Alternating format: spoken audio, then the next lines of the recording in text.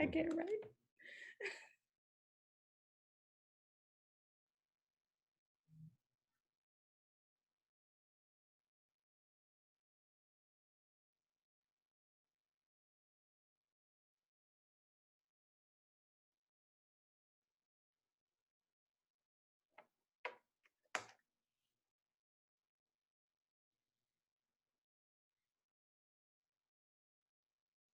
Lay it all up on the line. Wait until you hear the rest of it. Speak right into that, okay? Okay. You got it? Yes, sir. I tell them all the time.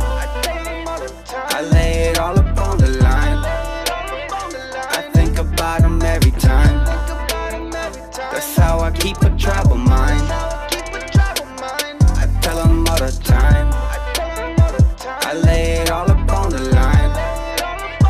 I think about them every time. That's how I keep a tribal mind.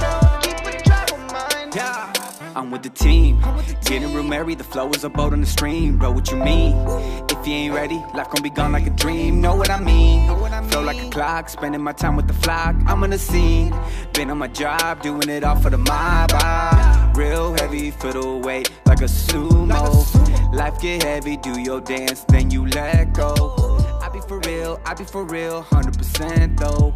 We keep it trill, doing his will, that's how we flex, bro, yeah. This walk ain't hard. Tell me that I made it, but they think I'm fraud. Tell me they could take it, but they afraid that raw. Thinking they living, but missing the mark. They missing the mark. Give them the truth, cause you set apart. Don't be ashamed, you made it this far. Look at them looking, they think I'm from Mars. I lay all I got at the master's feet. I'll be there all day, don't even ask for me. All things in common, that's the way it be. That's the way he painted, that's the masterpiece. I lay it all up on the line. I think about them every time. That's how I keep a tribal mind. I tell them all the time. I lay it all up on the line. I think about them every time. That's how I keep a tribal mind. Look, my family's the tightest. We a tribe, led by a spirit, wonders and signs behind, so you cannot deny it. Most haters got a tribe, but wasting their time. We just receive all the blessings and favor, while persecution be right beside us. I be purging every day.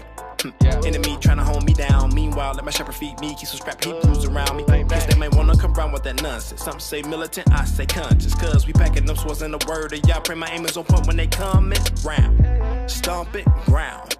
We blowing horns of war, boy, you hear that sound? That's kingdom keys. We believe in the sun, die to self, wash clean in the blood. Commandments over traditions, and you don't want none. You don't know about the dwelling of brothers, servants of one another. Love of Christ put in actions, factions not found among us. Nothing but crowns among us, exude the power from us. Reigning with Christ forever, I call it tribal thunder. I tell them all the time. I lay it all up on the line. I think about them every time. That's how I keep a tribal mind. I tell them all the time. I lay it all up on the line. I think about them every time. That's how I keep a tribal mind.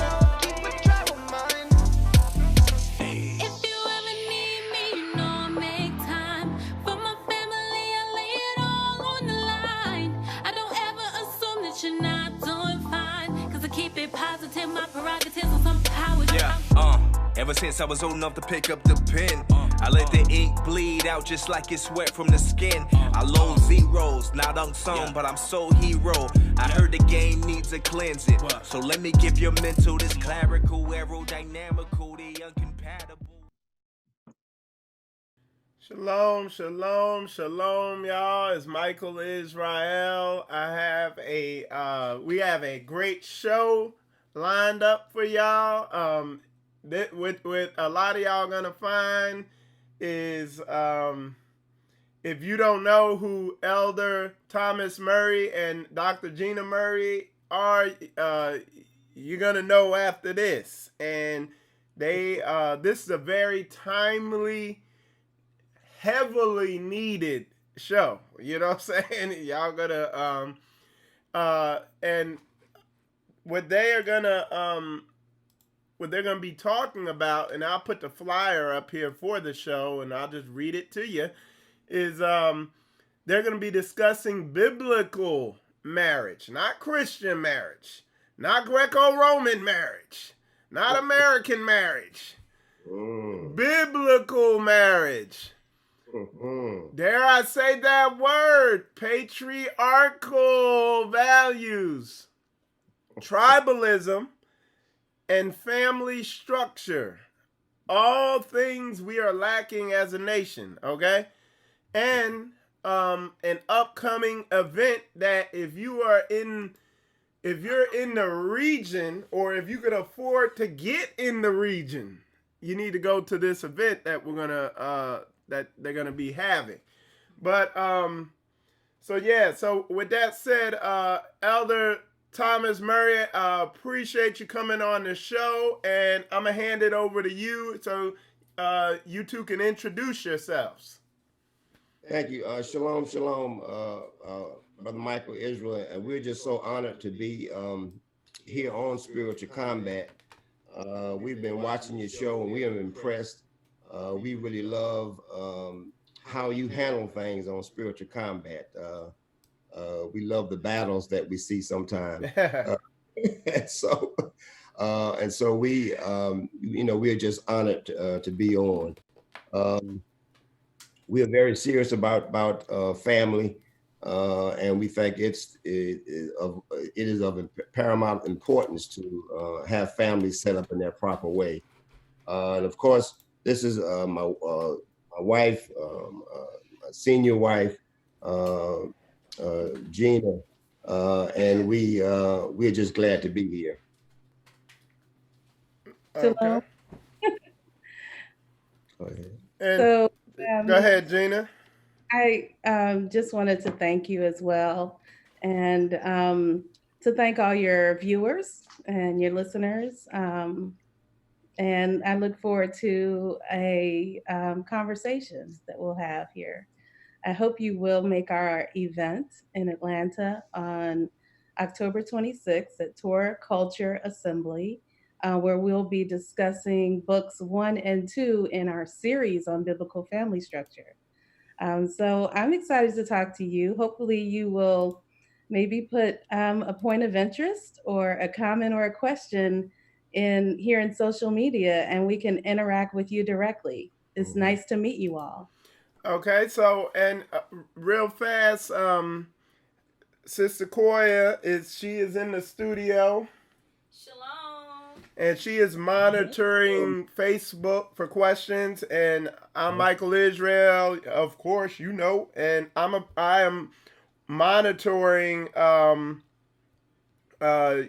YouTube. So if y'all have any questions, and I'm sure y'all are, you know what I'm saying, put them in there, and I will definitely ask them the questions. But what I want to start with is I wanted Sister Gina to just talk about patriarchal values, if you could. Sure. So we are very rooted in patriarchal, tribal family structure, which is the structure that we see in the Torah. And we find that this is the most functional structure there is, particularly in the way that we read the Torah. The Torah is written to Hebrew men on how to be restored to a place of dominion and righteous governance in the earth as a reflection of the governance in Shemayim of the Most High Yah. And so this code book, as we see it, is left for us so that if at any time we would need to be restored, we could essentially look at natural law at seed time and harvest, and with that information, we would be able to read the examples and the laws, the statutes, and the commandments of our patriarchs and be restored. And so it's important to never, I think the biggest mistake people make is when they try to read what is called the Bible backwards, and they start in the New Testament and then want to impose a modern Western understanding on what is called the Old Testament. So it's important to start at the beginning, where we see natural law being highlighted, in particular as it relates to the Hebrew man, the chosen man. And so, let there be light is not just the electromagnetic particle wave that we know as light, but it is the light of the Hebrew man as he manifests the Most High Yah. He is the point of contact for all the indigenous nations, all the people in the nations of the earth. The people groups of the earth must make contact with the authorized representative of the Most High Yah. And so it is by nature patriarchal. Brother Michael, your question was about patriarchy and the importance of it. And I think to appreciate patriarchy, we must get beyond the mundane individual details, hectic details of our individual selfish, experience, our individual lives. And we must understand that patriarchy is what the Most High did, and that he chose man as his image and likeness. And it is the unified man entity. In other words, it's male and female. In other words, the marital unit. The most simple form of the marital unit is one man and one woman. And we see that this is not a specification of number, but it's a specification of function. And so patriarchy is necessary because it's the only way that you can have fidelity to the will of the Most High Yah and have it conserved all throughout the generations. So biologically, if you have matriarchy, then you have diverse seeds potentially being planted and accepted and producing different wills.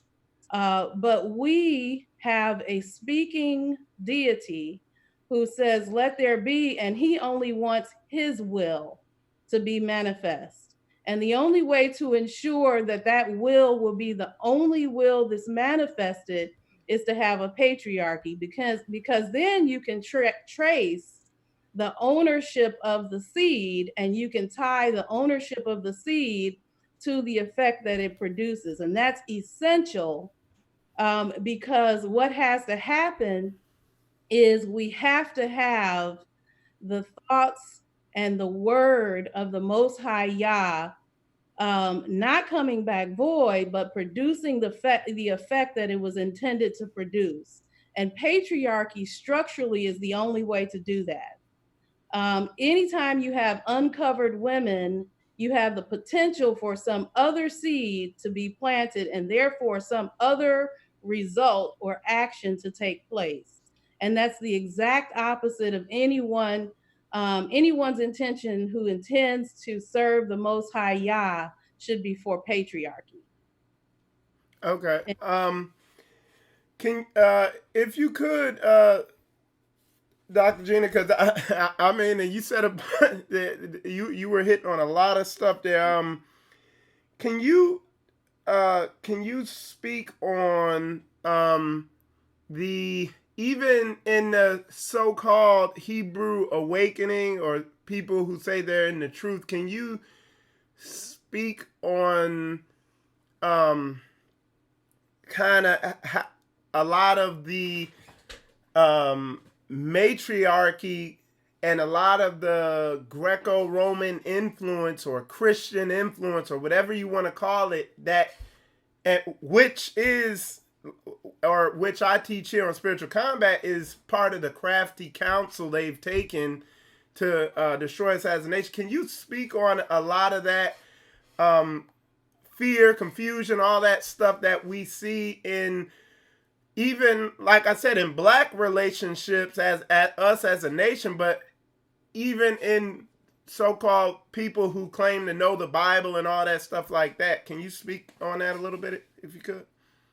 Yes, sir. So this is, remember, if we stay going from the beginning of the book, it won't get confusing at all, because we will understand that that this is about dominion, it's about power, and it is about the expression of a will. Okay, the definition of power is the ability to exert one's will upon a people, place, or thing, a territory. And so, what the Most High desires is that earth is a colony of Shemaim, and that his desire is the only will that is expressed in the earth. And that is what is happening and really has happened. And the unfolding of that is where we are in time. And so, yes, people groups who have been deceived, we coined the term the global satanic thought system. But there are people groups who have come under the influence of the global satanic thought system, and who have set themselves up, crafty counsel, as the scripture talks about, at every point in time. Those who are aligned with empire, carnal empire, the empire that is based on human will and intellect, have always set themselves up in opposition structurally to the chosen, because the chosen will be the end of all that. Once the chosen mature to the full stature of our King, of Hamashiach, we will usher in a governance that will be world without end. And we understand prophetically what all has to happen between now and then. But yes, so we have had a history, several captivities, but as a result of this captivity, no longer are shackles of iron really needed, okay? Because of what you mentioned, the crafty counsel. If you can keep a man from moving from the standpoint of being just a carnal man to being son of man, to being son of God, essentially part of the body of Hamashiach. If you can keep that from happening, and what that really practically means is if you can keep men from being husbands and heads of their households, and then keep those households of men who are patriarchs from actually coming together in covenant, and having men who are captains over tens, and captains over 50s and thousands, and having a structured, organized entity, which was, which has been called Yisrael in the scripture. We see for an example how it took place the first time. But if we can keep that from happening structurally by having an uncovered female take leadership of the household, because she has been incentivized to do that. There have been economic and legal incentives for her to do that. And most importantly, both the male and female have been traumatized out, and basically, and that violence was used. Okay, we can't forget that violence was used. Rape was used as a weapon. Dismemberment. They had the thing where they would attach one limb to one horse and another limb to another horse, and provoke the horses to rip the husband, apart in front of his wife and children. All of the buck breaking and all of that occurred. And so we understand why or how these instruments of torture were undertaken to produce the disorder that we have now. So we're not surprised about it. It's not shocking. We have the historical record. And so now it's upon us to understand what has been done, and just to get back into proper configuration. And that's what Elder Murray's father and his father before him, and Elder Murray, this has been his life's work, to have a remnant of people who are, as best as possible, through great adversity, through great persecution, have retained the Hebrew, what we would consider authentic Hebrew patriarchal structure, so that we can assist other patriarchs in getting back into that configuration, assist them, if they will allow us. We're happy to help. And it's funny because I mean, one of the things I bring up all the time is, you know, they even recently they've released a bunch of recordings of Richard Nixon, but one in particular was that one where the guy came up to him and he was showing him his analyst. He was showing him the numbers. He's like, "What?" He's like, "They're reproducing like that." He was like, "We got to implement it." And they were talking about implementing the abortion plan or whatever. And you fast forward to today, because of Mammonism, the worship of Mammonism, instead of the worship of Yah, they worship Mammonism now. And the black women are aborting 900 babies a day. And when you begin talking about large families, if you're entrenched in the worship of Mammonism or money, or the capitalistic system that they have here, if you are a worshiper of that system, you see children as a burden. You know what I'm saying? And that's how they brainwash you into seeing having large families. They kind of, well, what's her problem having all them kids when can y'all speak on that, when reality that is you know, black folks, you know, the average black man got a nation, a tribe right there between his legs anytime he want to put them out. You know what I'm saying? Can y'all speak on that? Yeah, and that's, I'm glad you mentioned that he has the nation right in himself, because that's the way the Most High set it up. You know, when you look at the very first book, you see Elohim speaking and saying, I'm going to make someone in my image and my likeness. And that was the job then of that particular man, to continue being and practicing being in the image and the likeness of Elohim. And so the only time we see interference is when in Bereshit you see this creature that is symbolized as being crafty. He's a trickster, and he comes to the woman and he whispers to the woman to get her to believe that there is some type of wisdom outside of who the Most High had interfaced with, which would have been her husband. Yes. And so she then began this journey to try to find that wisdom that was, according to what the crafty serpent said, was in this and on this particular tree.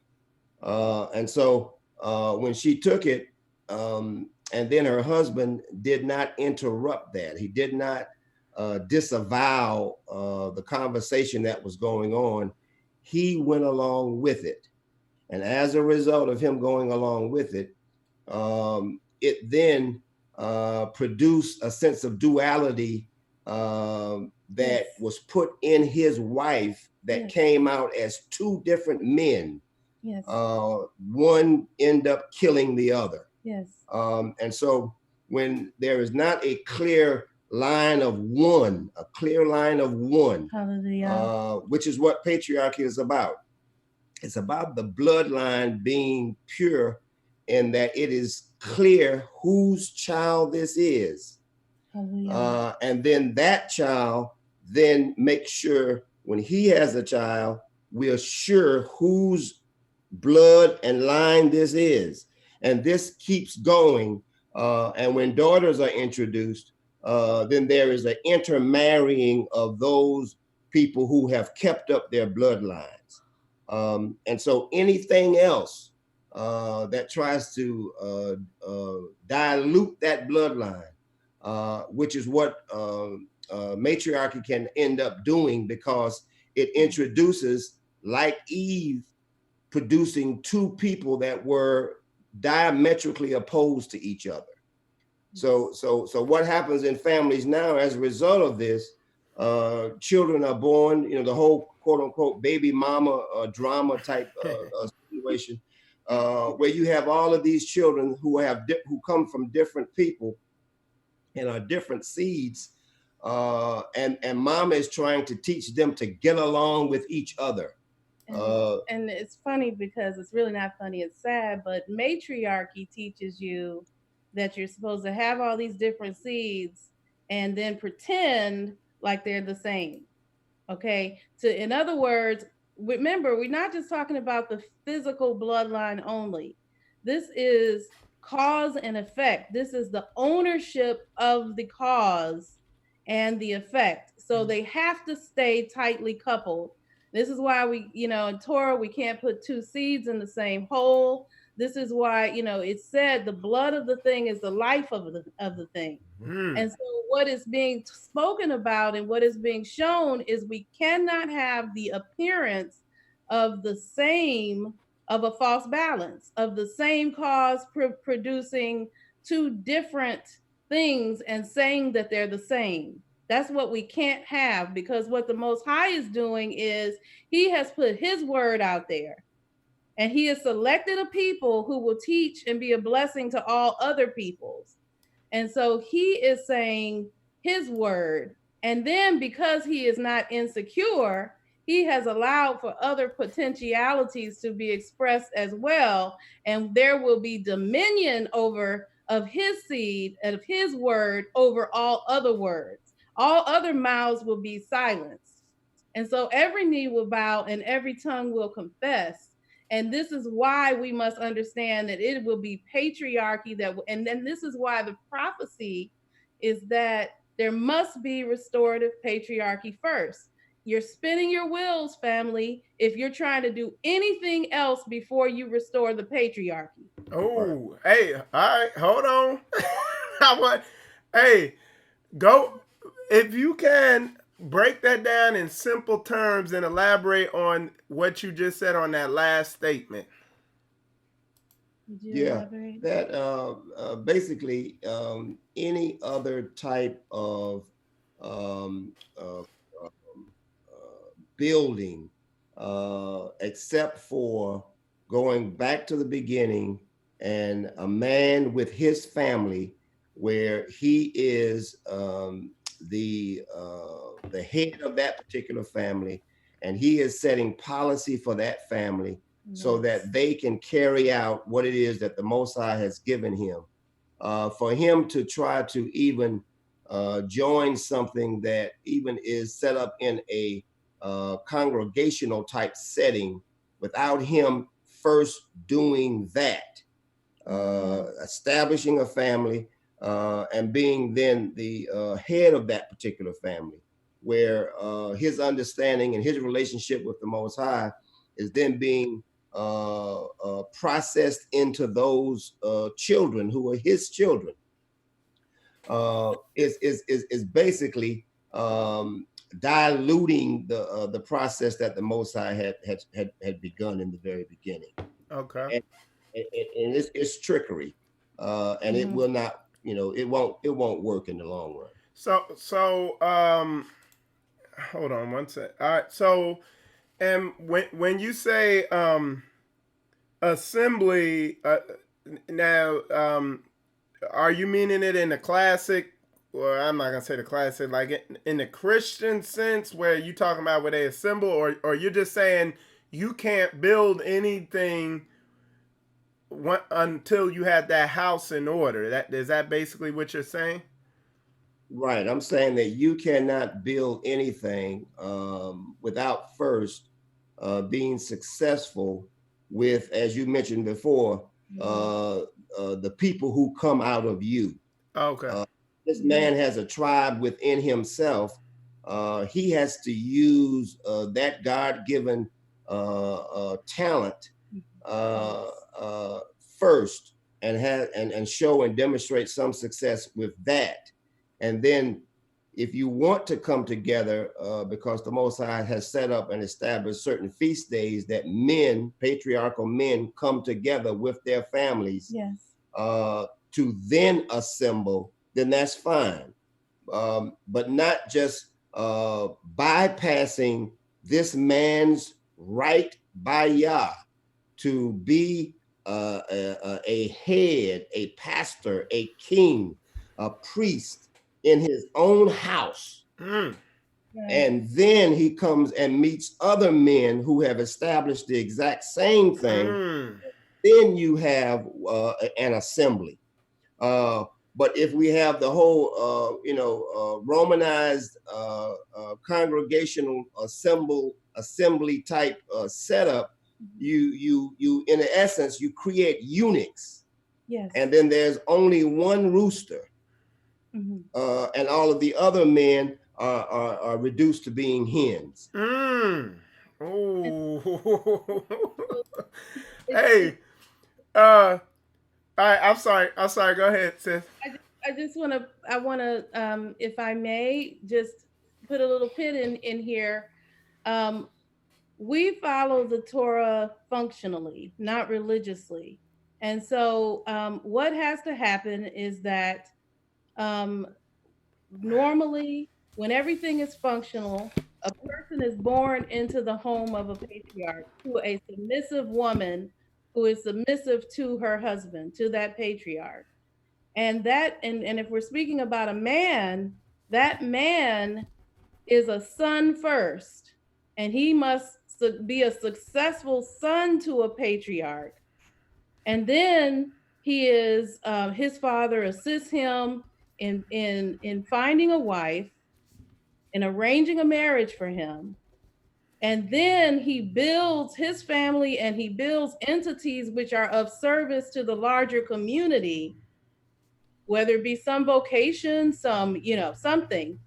And then he develops brotherhood with other men who are doing the same thing. He's in submission to elders who have already done that. And as the people assemble, it's not just a hodgepodge of individuals assembling. It's households assembling. If we look in Torah at when Israel assembled, they assembled according to their households, their tribes, according to their tribes. And the word was spoken from Yah to Moses, to the elders, to the heads of the tribes, and then to the people, each man to his household. And so a woman is to submit to her own husband. And matter of fact, even that word submit, the very first instance where that word was used is interestingly not between a husband and a wife. It was actually used in talking to Hagar, when this messenger comes and talks to Hagar and tells Hagar, yes, that you have to go back and submit. That was the first instance of that word being used. And that first instance actually sets the tone and the precedent for the rest of the Bible, how the word submit is to be used. And to keep it in context, when you look at that messenger telling Hagar, when he first began to interact with her, he called her name, Hagar, Sarah's servant. In other words, he made it clear that you belong to Sarah. Yes. You belong to Sarah. So submission, if it's not put in the context of ownership. Hallelujah. In other words, the wife submits because she is owned by her husband. Hallelujah. And the ownership is only for the purpose of making sure that we have the seed that is coming out to be true, to be in the same image and likeness of the owner. That's patriarchy. Patriarchy is not, men just lording over women.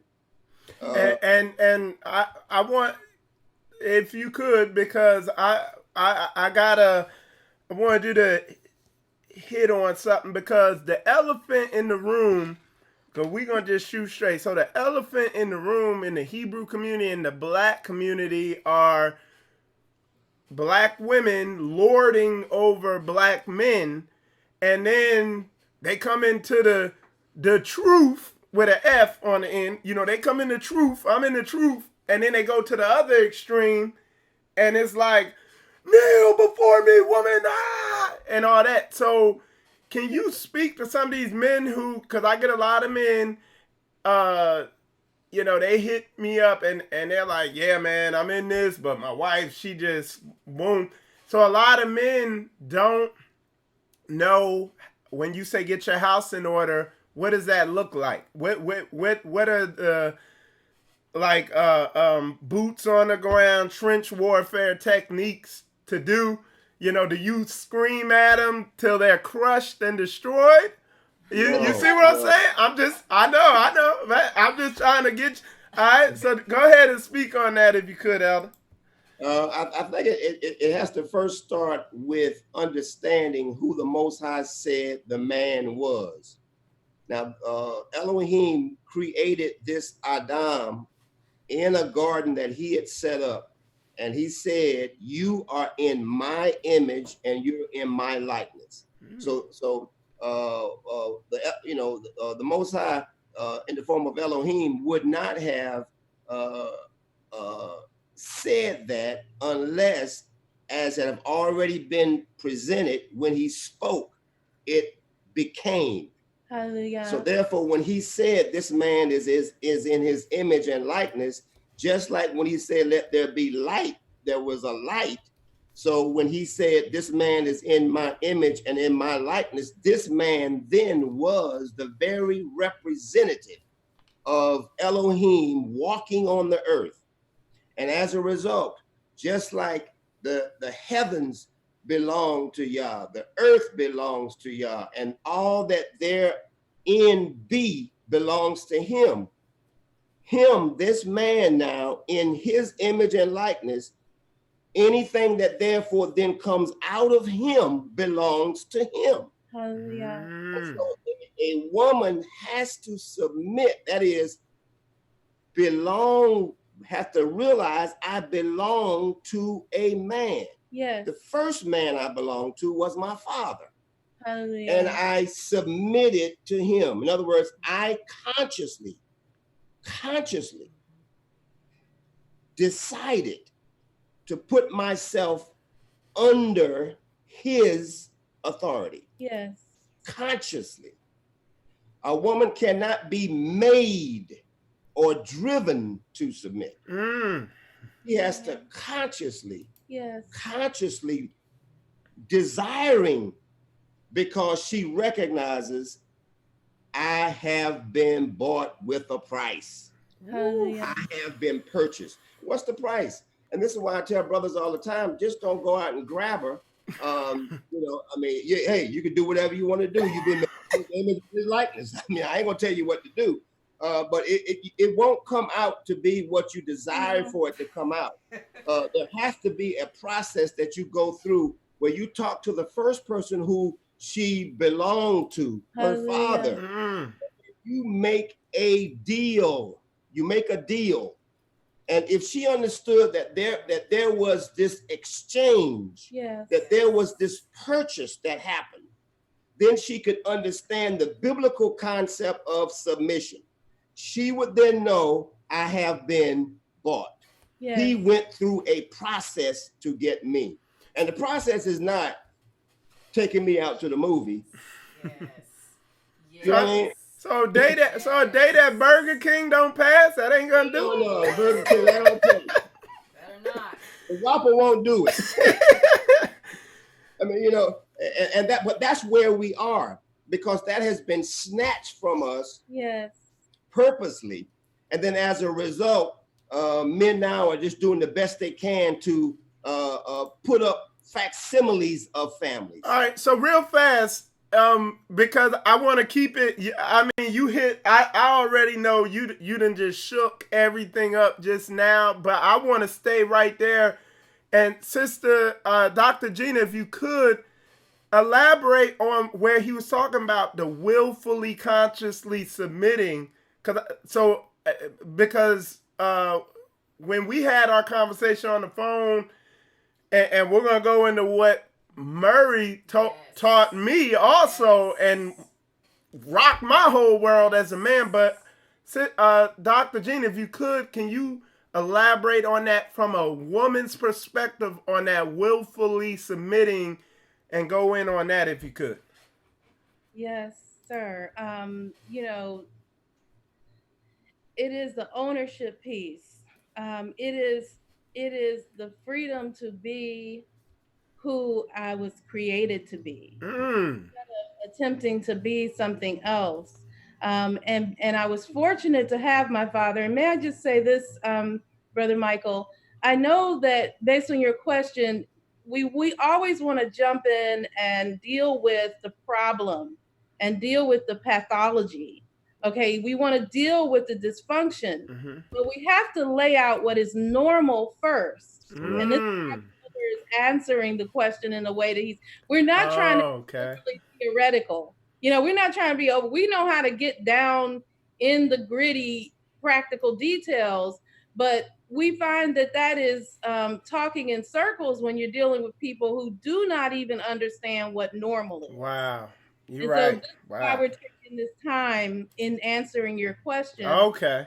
Because a woman who didn't understand that she was owned Correct. by her father, Right. Wow. and had no consciousness of that because her mother may have obscured that, or society may have taken him. He may have been put into a concentration camp in the mass incarceration due to the epidemic. Correct. Or something. And so they took him from her maybe before the little girl was even born. Right? And so she had no concept of her rightful owner.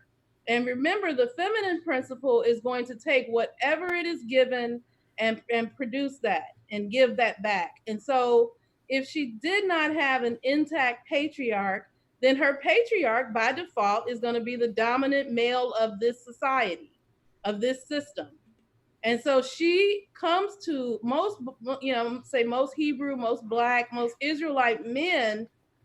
They get their wife in a state, even if she's a virgin, say she's never been touched physically, they are still getting her in a state where mentally, emotionally, she thinks that she is owned by the dominant system. She's been and then as a result of her processing, she, like Eve, would believe that the best of her is outside of her. She would then believe that there is some quote unquote tree out here that has some fruit in it, that she has to go after that. And she then willfully and consciously submits to that, to try to get that fruit. Although the one who the Most High had already given the keys to everything she needs, her husband, her owner, is right beside her, and she would neglect him. Yes. That's heavy, bro. What she would do then is, once she gets the fruit would then say, make this man a eunuch. That would then be her function, and then she would carry it out. So he's sleeping with the enemy. She is a literal agent of the state, intended to nullify him as from ever being a potential patriarch, so that we can prevent the rise of a Black Messiah, which is the whole objective of the global satanic thought system. Dang, boy. So this is why family structure has to be the central thing that nothing else matters. Man. Nothing else matters. Family, if family has not been established biblically, then what we have is factories to make eunuchs. Wow, dude. I'm gonna go watch this over in slow motion. So politics, economics, You know, anything, homesteading, agriculture, self-defense, any area that would be a valid area has to be based on a patriarchal foundation, patriarchal tribal foundation. But what we're doing is trying to skip ahead with a faulty structure, and then we're trying to achieve these things, and this is why we haven't achieved those things as a people, and we never will until we fix this. We never will. We never will. And it man, what you're saying is just so solid on so many levels when you think about, because like we are making moves. We don't care. We'll take a financial hit. We don't care, but we're getting our kids out of the school system. Almost, Koya, as soon as the paperwork go through, they're out. That could be in the next 1 or 2 weeks. Like, we're not playing, because we knew bits and pieces of what you're saying, but like, you filling in the blanks left and right. I mean, man. Right, and we did that with ours. You know, we start them in the homeschool first, because when they're homeschooled at first, and then as you go up, you may have to integrate them in, but then they're already critical of strangers. Hallelujah. You know, they already know you are not my daddy. You know what I mean? So as a result, whatever you say is taken in a critical way. They'll critique it. Whereas it's the other way around. If you put your children in there so early, they'll come home and then say, "You are not my daddy." They're and then they'll critique the parent. And so, and then thereby, the whole processing has been a success. You know. Wow. So it starts even before that, because, for example, like the elder, his father, like he does not allow someone else who is not tribal to put their hands on the baby as the baby's being born. Yeah, so I touched all my children. Nobody put their hands on their children, my children, but me first. Since they're mine, they came out of me, and so I touch them first. And that's and I mean, you hit on another thing where this beast system always awards the divorce, where they want that.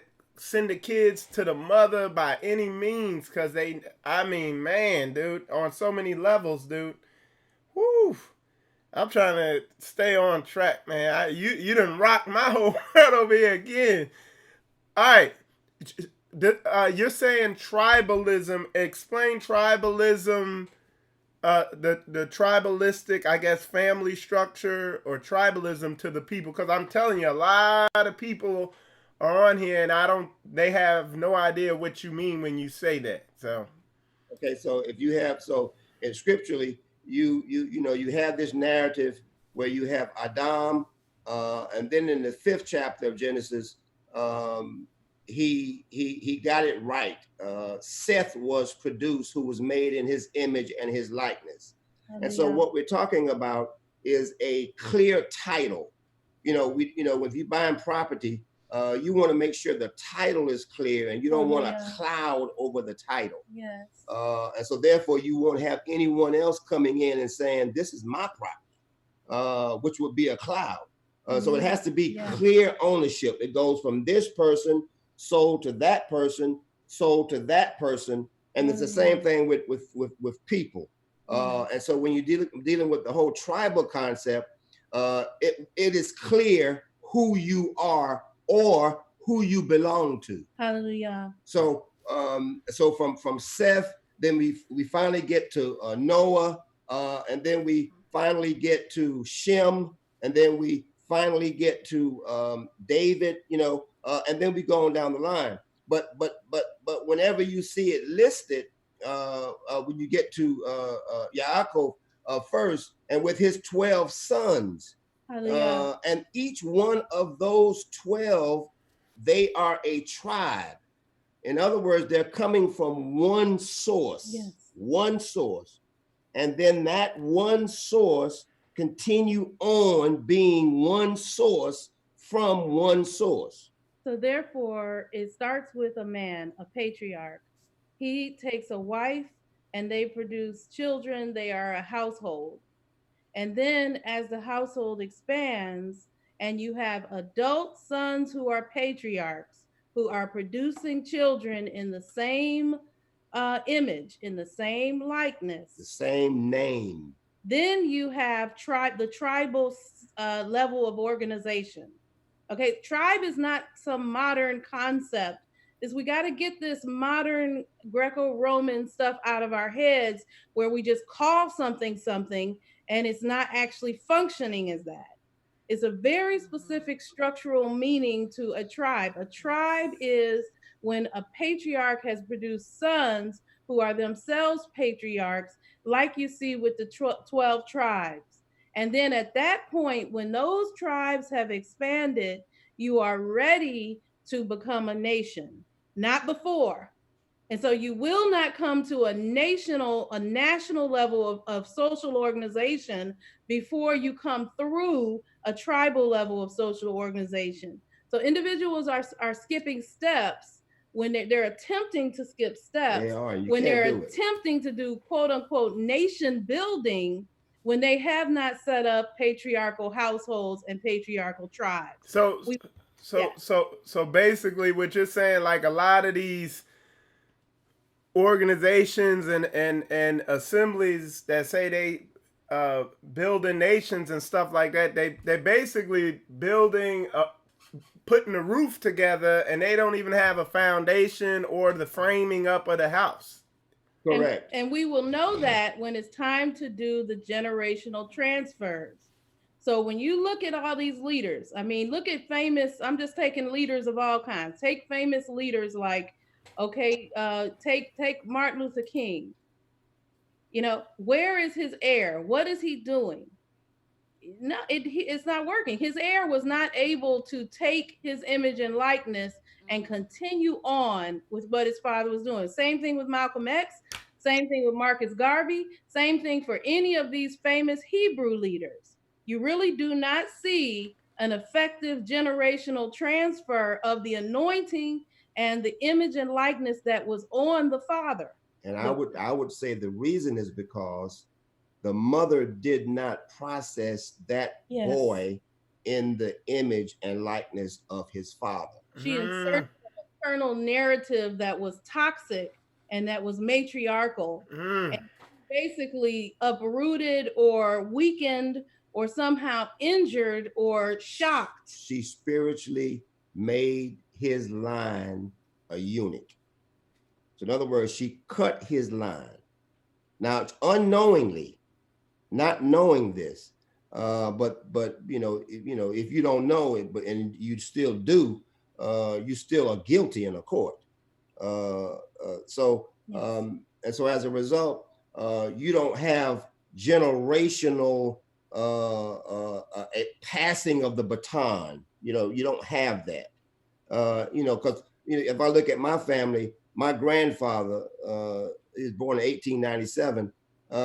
He passed the baton to my father. He was the eldest of his mother. You know, he was a polygynous man. He was the eldest of his mother, and then he passed it to me, being the eldest of my mother, and the eldest, and even his eldest.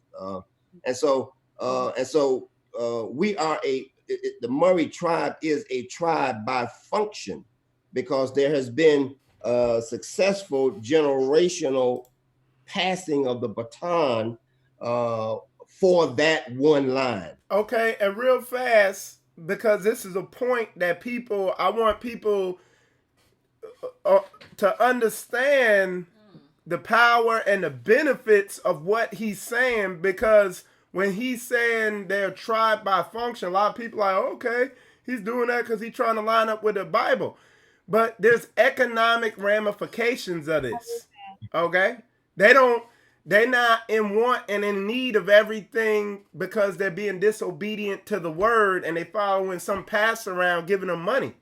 There's an economic power that is biblical, because I've been teaching lately on how a lot of what you find in the Bible is economics. So can you speak on that a little bit? Group economics and functioning in that way? Yeah, it happens automatically. It's not even something that you would even try to even do. It's just like the body. If we liken the circulatory system to the finances and resources of a body, then what happens in my circulatory system? My blood circulates from my head to my feet every 8 seconds, and it keeps going around. just in my body, and it's a problem if my blood then comes out of my body. That's a hemorrhage. That's a hemorrhage. That's good. And so for us to try to say that we have some type of Wow. financial power without first assembling and making a body Hallelujah. is insane. Wow.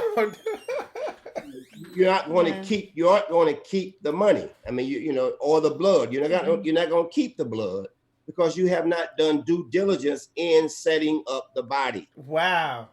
Which is the family. So that's what we're saying. You can't skip the step to try to go and be this great whatever without first taking a wife, loving her, which means sacrificing for her. Yes. Because making children is sacrificial. You know, blood is life and sperm is life. Sperm is blood. You give your life when you're creating a child. It's a sacrificial act, except the kernel of wheat falls in the ground and dies. It is by itself. But if it dies, it produces much fruit. So we do the same. The man he dies in that whole act of reproduction. So his whole love has to be sacrificial. And then when that happens, the wife would automatically, from seeing that sacrificial spirit, submit or say, this is who I belong to. Hallelujah. And she would yield to him. Wow. I think that I'm sorry. Yes. I was going to say, you know, I think that we have to continue the conversation about replacement theology because most people who are in the truth will acknowledge that what was called the traditional Christian church comes from the Roman Catholic Church, Right. and therefore a type of replacement theology was used to replace a Hebraic understanding of the assembly with a gathering of people that would be more easily utilized for the geopolitical reasons of Rome, okay, for empire. And so what we're saying is that without realizing, because remember, for us, it's not personal. We don't have any personal ill will towards any assembly. No. But what people are doing without realizing it is that their structure still is Roman. They're vampires and bloodsuckers, man. And leeches. And they still have not fully empowered the patriarch within their assemblies. And they still have not directed people through the tribal step first. And therefore, you know, when we look at the early quote unquote church, the church of the first century, let's say, they were under major pressure from external persecution from Rome, but they were also under internal pressure in terms of dealing with the sellouts, the coons, the fake leaders, and the hirelings within the Hebrew community of that time, who were collaborating with Rome. And so don't think that we won't have to do the same thing. We will have to come into line with what is an authentic Hebraic family structure. And we have to guard against growing so fast and doing the whole mega church thing that you can grow so fast before you can actually process people and restore people, and for their minds to be renewed and their thinking to be corrected and restored. So that's what's happening. We have people just coming in droves, right? And so we want to help. If people want us to help, we're happy to help. And I mean, you hit. I mean, it's like, and it's like somebody put in here earlier. They knew parts of this, but a lot what y'all said is just tied it all together, rock solid. Because one of the things I was dealing with is I was looking at all these Hebrew congregations out here, and I said, it's really just nothing happening. It's like going to a history class at a college. You're just learning some stuff, but you go home to the same hell you was dealing with when you was in Christianity or in the world, and nothing's happening. And I know there's more to this book, to the Bible, than you can feel it, you can see it. It's in our spirit, and I mean, man, y'all are really bringing it out. And I one more thing, if you could, because I know I kind of sidetracked the conversation from the women submitting, and you were painting you said you were setting up the foundation so you could explain that, and I kind of sidetracked the conversation. If you could pick up on that, if you would. Yeah. So the very first thing that has to be understood is this ownership piece. When that is understood, then when you look at the apostle when in Ephesians, when he says in chapter 5, he says in verse 22, wives, submit yourselves to your own husbands. And that is saying that you consciously yield because he owns you. Hallelujah. And so the whole piece about understanding ownership, when you go there, because Shaul, Apostle Shaul, would know already, because he was a Pharisee, of course, so he would know already the whole narrative that happened with Hagar and Sarah.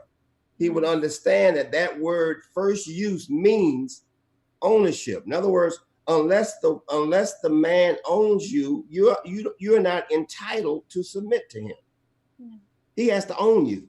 So it's not where all men are just walking around making any woman submit to them. No, it's a structural piece for the purpose of this one that you have, in a sense, yes, through some exchange, you own her. Now she submits, or she consciously yields to you, so that we can get a product on the earth. And that's children.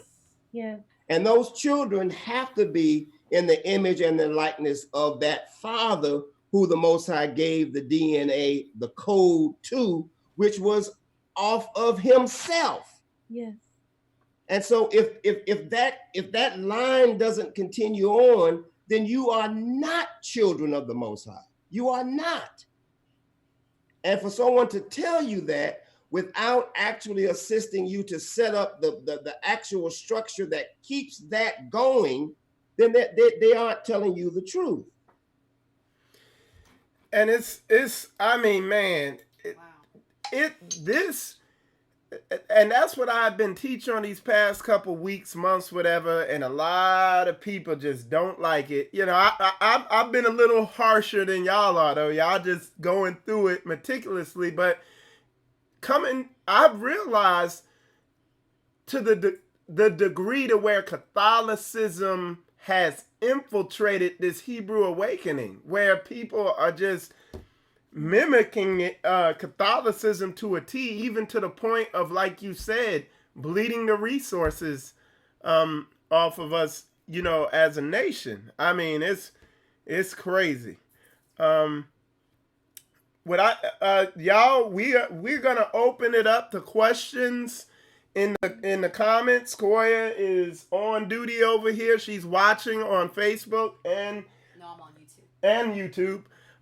And while we're doing that, we want, because I know y'all want to know now. So what I'm gonna do is the first thing I want to go into is biblical family structure discussion. It's going to be a discussion. I'm going to put the flyer up here. It is going to be in Atlanta, Georgia. And unless heaven and earth pass away, I will be in attendance. So you're going to see me there. You know what I'm saying? Wonderful. All right. So I want y'all to go ahead and talk about that a little bit. I have the flyer up here. Okay, well, we'll be having a, of course, respectful family, respectful, but a very informal dialogue that we will really be getting into book 1 and book 2, and there will be meals served, so there'll be lunch and dinner, and there'll be opportunity for us to fellowship with you. We'll be talking about biblical family structure, tribalism, polygyny, nation building, but and mainly the structure of our relationships. And so you'll have an opportunity to ask more in-depth questions about real life examples or things from the books. Biblical Family Structure Book 1 and Book 2 are out. Book 2 is relatively recently released, but we will be there ready to talk about the Way of the Kinsman Redeemer, which is the book on biblical manhood. And we look forward to really, going into some detail because we'll have the time to do it. And we're looking forward to spending really the day with the family. Right. And if you want to learn about polygyny from someone who has a multi-generational successful experience with polygyny. My husband's oldest wives have all been with him for greater than 25 years, have, raising children, just doing life, and we can talk about, things related to that. A lot of people have an interest in that, but they don't know how to go about it. All of those kinds of things are certainly welcome and fair game, for us to talk about in person instead of just kind of over the video or through the books. And if you could, it's going to be held in Atlanta on October 26th. This is the Eventbrite, because I know you can't see the thing, but it's on Eventbrite. This is all you got to type in is this right here on Eventbrite. They're selling tickets for $20. And it's at Torah Culture Assembly. If you don't know what Torah Culture Assembly is, guess what? I'm fixing to show you right now. You fixing to know now. Torah Culture Assembly is Nina and Amir, Ma'ak Amir. It's that the assembly that they have. They are going to be on the show probably tomorrow to get the word out about Torah Culture Assembly. What you heard being brought out here, they share the same biblical understanding. They're not about doing church. They're about that action. You know what I'm saying? And, and that's Amir right there. Okay. And so we're going to get the word out. So leading up to the meeting, you could go out there and visit Torah Culture Assembly right there in Atlanta. And the address is on the thing here. Torah Culture Assembly, see right here, 3772 Pleasant Hill Road, Suite 140. Go ahead. Y'all could go ahead and talk about Torah Culture Assembly and Brother Amir and them if we're just very happy that they have invited us. Your registration fee just really goes to cover the meals and sort of the cost of them hosting the event. and sort of to have an understanding of how many people to prepare for. But Torah Culture Assembly, we're excited to visit. These are very, Maury Amir is very dynamic, and he really has really an authentic pastoral gift. He truly does care. He has a good spirit, and he's humble. Yeah. And that has to be that. Yes, he is. And that has to be the spirit of a moray, because a moray is basically the teacher. And anyone who is going to be successful handling the word, he has to almost dissipate. He has to almost back himself out of it, and where the word then takes center stage. So you need a meek man to be a moray or a leader. Yes. And that's what you have with Maury Amir. And his wife, Nina, I call her, she is aggressively virtuous. A lioness. She know how to kill that prey. That's right. and so I have a few of those too. So, we're gonna talk on that, because I want you to hit on that, because he set me straight and like totally rewired my mindset on some stuff that was just straight book. But go ahead. I'm sorry to interrupt. Yeah, and so he has that. He has his wife who demonstrates those qualities, and so I would say anyone in that area in Atlanta, there, you should make sure that you go to see authentic presentation of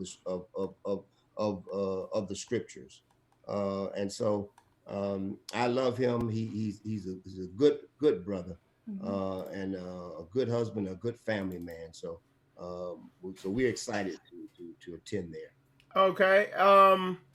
The other thing I want to talk about is the lioness, Dr. Gina Murray, the book that she wrote, and this is her website, is madrinamedia.com. Sister Corey is going to post it in the comments on Facebook and YouTube. But it's spelled MadrinaMedia.com. For those of you who spell like me, which I can't spell. Nah, I'm just kidding. All right, so go ahead and talk about your first book. She has two books, but we're going to talk about the first one, The Them in Him by Dr. Gina Murray. So go ahead. I'll hand it over to you. Oh, sure. So The Them in Him is the first book of the series. And this is the biblical family structure discussion series. And it's called The Them in Him. Some of your listeners may sort of have, by intuition, they may understand what that's about. But, you remember when Elohim said, let us make a man, he made that man, you looking at the pronouns there in Genesis chapter 1, he said, male and female created he him. So there's a them inside of the him. And, we like to use the analogy, Brother Michael, this may resonate with you, but we talk about the feminine being the helper. And so she really is like the engine and the transmission and sort of those unseen aspects that are making it go, whereas he is the whole frame and the whole name of the entity and the whole and he is who the entity is. She is the helping part of that entity. And so of course, to have 12 cylinders is better than 4. Yeah. Right. So, to have a powerful helper is a great thing.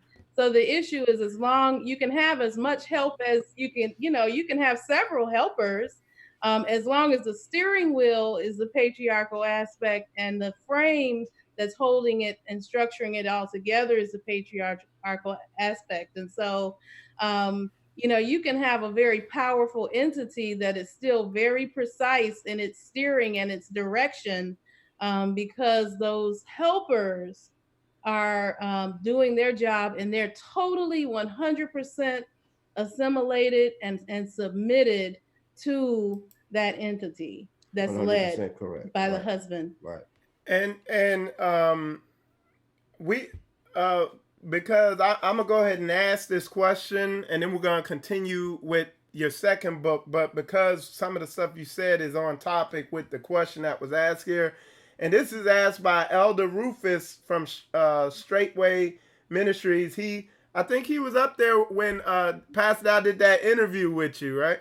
Yes, sir. Okay, so he said, how do we restore the minds of the wayward women that went seeking after other knowledge and in the process allowed multiple men to deposit their DNA inside of them? So that's your typical Christian woman, or your typical, a lot of these Hebrew Israelite women, you know? So, all right, there it is. Thank you. Yeah, well, that's a hard saying, and you know, I'm not sure if we want to, if we really want to. That question is going to be difficult. The answer may offend some people. There has to be an assessment made, A sober assessment. Once we understand the will of the Most High, once we understand the will of the Most High, if you are a Hebrew, you are you are the apple of his eye. This Hebrew man, he calls you his eldest, and he calls you almost, you know, he drapes himself with you, if you will, like jewelry. You know what I mean? And so what he wants for him is to actually get authentic representation of himself on the earth. And so anything that would interfere with that, dilute it, water it down, make it something other than that, has to be discarded. And so what that practically means is that there has to be the highest quality women for the highest quality men. And there are going to be, numbers wise, more women than men. And so there will have to be, as is prophesied, there will have to be restorative polygyny. You know, the word polygyny it would be anachronistic to use that word, but what is known as polygyny will have to be restored so that those highest quality men can be as fruitful as and multiply as much as possible. And then women who are in a less good condition, not that they are inherently less valuable or anything like that, but in a sober assessment of them, they should recognize that they have to be a helper like all other women, and they would have to help in whatever way they can help. And that does not necessarily mean that they're going to have their pick of men, because they just may not be in a condition to assist certain men. They may have to be in a condition where through deliverance and through a process, they are having their minds renewed, and they are assisted in shedding some of the programming that they have accepted, you know, and really the influence of all this different DNA that's been deposited in their central nervous system. But they are going to have to come in. Potentially, they could come in as a servant and eventually be taken on as a concubine in a particular household. And they could be entrusted with a responsibility, a helping role that is not as central to the core needs of the husband, because of the fact that they potentially could be unreliable. Wow. Because they all these other things happen to them, and they're going to have to be sober enough and humble enough to accept that And rather than to, just because in order to have the reproach removed from them, they should be thankful enough and humble enough to accept that willingly and joyfully. And then remember, promotion comes from the Most High. So if they get in there and demonstrate that they can function on the level of a wife, perhaps that will be their end. But there should not be this presumptuous attitude to where all women are going to be married to the same rank amongst wives. And this whole idea of everybody being equal is a Christian thing. And the idea that you're going to go through some spooky process and you are going to equalize people when they have had different things deposited in them is really more of a Greco-Roman concept. A tribal mind is really not going to treat all individuals at the same rank, because rank means responsibility. Rank means duty. Okay. And so everyone cannot function at the same rank. Does it mean people are loved less? No. Does it mean that they have value? No. Does it mean that they're mistreated? Absolutely not. And I'm so glad that you made that distinction, because even me being in the military and working on teams and being on teams and playing basketball, and I know a lot of the NFL guys who watch me can say the same thing. Yes. You have a lot of spiritually undeveloped people who feel like, well, why can't I be quarterback? It's like, because you're 330 pounds and you can't move, you're a linebacker, you're a lineman. No, I want to be quarterback, That'd be like Shaq wanting to be a point guard. People got to understand having a nation, or like you said, a tribal mindset as opposed to a Greco-Roman mindset. So that was heavy that you said that point. It doesn't mean being loved less. It just means being an honest assessment of what's really going on here. It's like, okay, you spent 20 years and you were a stripper, and like this woman was raised by her father and never, and is a virgin, they're like, go ahead. Michael, is that word child molestation really first happens in its true definition by the mother molesting the actual DNA of this particular patriarch. Because he plants his seed in her, and then she takes it and shocks it and warps it with all this other DNA that has been deposited in her during these prior attempts. Right. And so, and as a result, this child has been molested, and this child now cannot function in the way that the Most High intended for the child to function, to perform. And so as a result, and this is why I would say those who have had all that happened to them, coming directly to that question, they would have to be discarded as it relates to marrying. They could assist in other areas, but if we're trying to be true to getting the right person on the earth, the right people on the earth, they would have to be excluded from that. And there should be a mindset to say, I would rather be a doorkeeper. I just want to be included in the household of a righteous man. And this cuts both ways. This cuts both ways, because some people, virginity and chastity should be lifted up as the standard. But if there are any young virgins listening, you hear me good.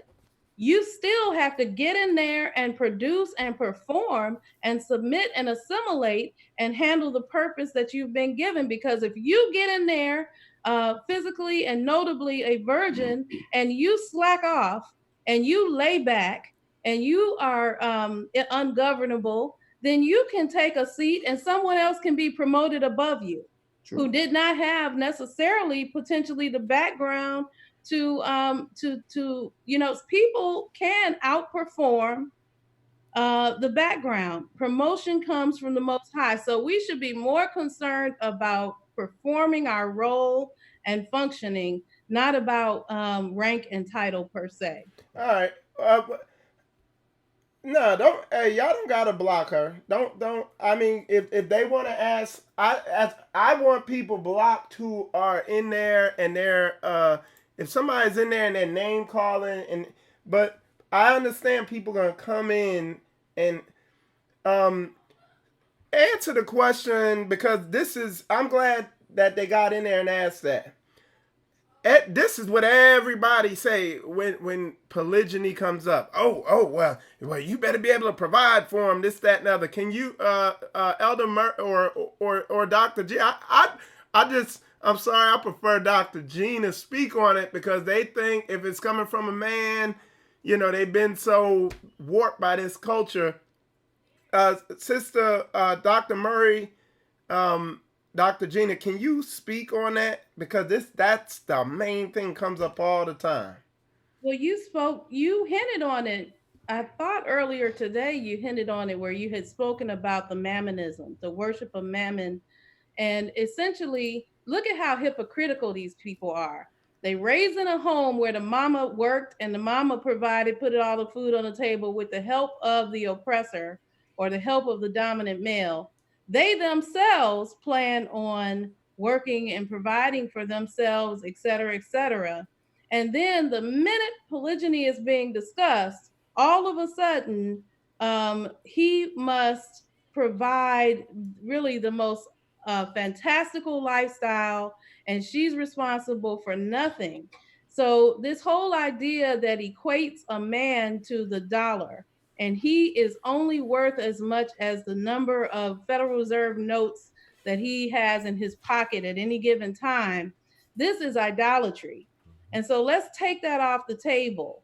Now, in a tribal situation, if he were to give you seeds for barley and secure a piece of land where you weren't being attacked by enemy tribes, and he was to put the tools in your hand and make it so that you had clothes on your back and you weren't out there in the field naked, then he had provided for you. Doesn't mean that you don't have to dig in the ground, that you don't have to plant the barley seeds, that you don't have to get out there and reap the harvest and thresh the harvest and do all and do grind it up with stone and make the flour. So this whole concept of providing for has gotten really silly. Mammonism, mammonistic worship, yeah.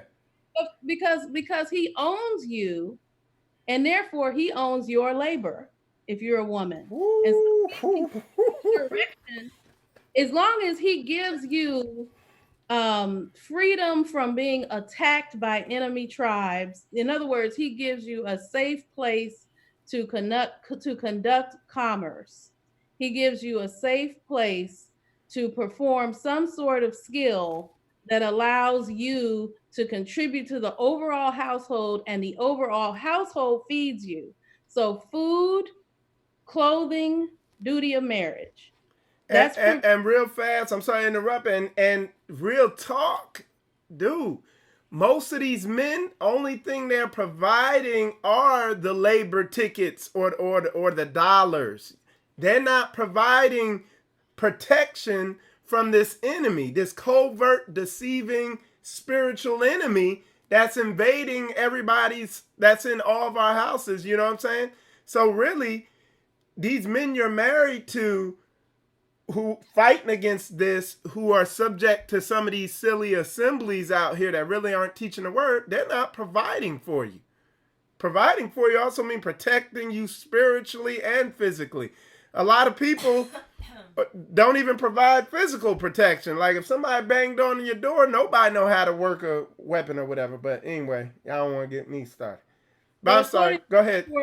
According to the system in Torah, which we subscribe to, every male would have an inheritance of land, and that land would be owned free and clear, and he would have the means from that land to build shelter, to make clothing, for his family to be able to do those things. And so this whole concept of him providing for you is still rooted in a non-tribal understanding. Yeah, that's the actual fruit on the tree that the enemy is saying you have to have that in order for you to do anything else, which is a lie.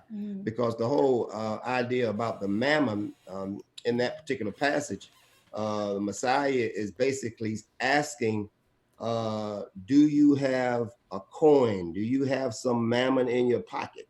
And he did. He pulled it out and he said, now whose subscription is on it? Whose name is on it? Caesar. Then you have to give to Caesar what Caesar wants, and then of course to the Most High what the Most High desires and what's his. So this whole monetary system that has been set up now is a creation from Rome or from the enemy. So it's as if it's a son of his. So what she's saying, what the woman then will be saying is, have you, patriarchal man, since you want to practice polygyny, have you bent the knee to the father of this particular son, which would be money? And so, the elder just was bringing out the fact that the subscription, the inscription on the money is Caesar's, because whose image is the image on the money is Caesar. Now, the question that must be asked to every woman and every man, including the sister who wrote the question, right? And we are not, and sister, I can't see you and I can't see your question. We are not at odds with you or ill against you. Right. We want you to understand that money has an inscription. It is and that inscription is Caesar's image. It has an owner. And you, particularly the Hebrew man, Elder Murray, is in the image of something. He's in the image of Elohim. Right. And so I can't have the one who's in the image of Elohim bowing to the image of Caesar. And so he can't be a wage slave. And so why is that set up? We set that up structurally so that by the time he takes a wife, he already has the means for a wife to be productive in support of the entity. Okay, and somebody is, again, and I want y'all to, going into this, you got to know, even on that video I did yesterday, I was trying to show y'all, and even myself, one of the big mysteries of this beast system is the financial structure and capitalism. And the Bible is not based on capitalism. So, but anyway, I'm going to ask them your question. It says, are you saying are you saying that scripturally the husband did not provide financially for the wives? Please provide scriptural support for this premise. Okay. So let's stop and think about it. To the person who wrote the question. Okay. You're dumbing it down. You're actually cheapening yourself, sister, if you're doing that, because he is to provide up to and including his life for his wife. So of course, anything that he has, he is to be willing to sacrifice for the life of his wife. Now, but that means this is a wife. And a wife has a definition. A wife has a function. So the question is, are you assimilated to him? Are you in submission to him such that you are like an extension of his own body? Because the man, he's going to take care of his own body. There's not going to be any doubt about him providing for his own body. When he gets hungry, he eats. Unless he's fasting, for some purpose, he eats. And so all of this anxiety and this hand-wringing about whether he's going to provide for his body is rooted in unrighteousness and wickedness around whether you're going to try to persist with your own separate and distinct agenda, and then you want him to finance that. So he's going to provide for himself. He's going to die for himself, but he is not going to provide in the abstract, in the absence of submission to him, to himself. And so this is what we have to say. There won't be any questions about providing if we get rid of the two-ness. The two-ness is only one. It's himself and his household. And if you have doubts about a man's willingness to sacrifice his life for you, I wouldn't even question about, I mean, if you're dealing with will he provide for you, my question is, will he give his life for you? Okay, because if you know, I mean, you're worrying about dollars, your concern is misplaced, is what we're saying.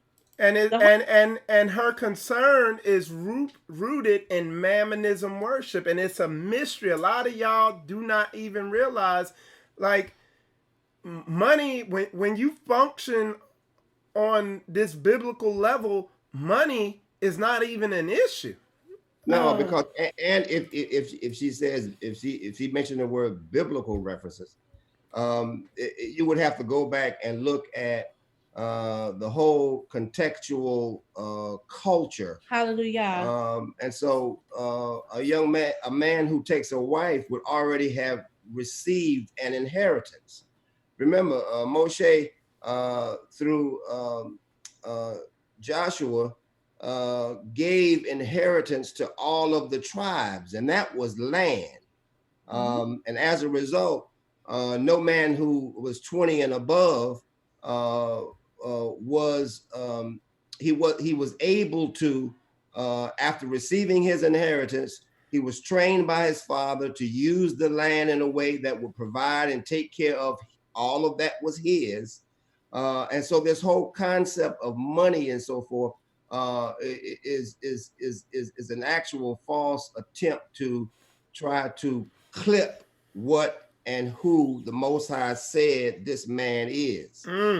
Granted, this man probably should learn what true tribalism is. Yes, we recommend that. And then if his father's not in the picture, he should then have someone who is a representative of his father, so he can learn, when I get this piece of land, how to survive on this piece of land without tying into, you know, the Rome or the whole system.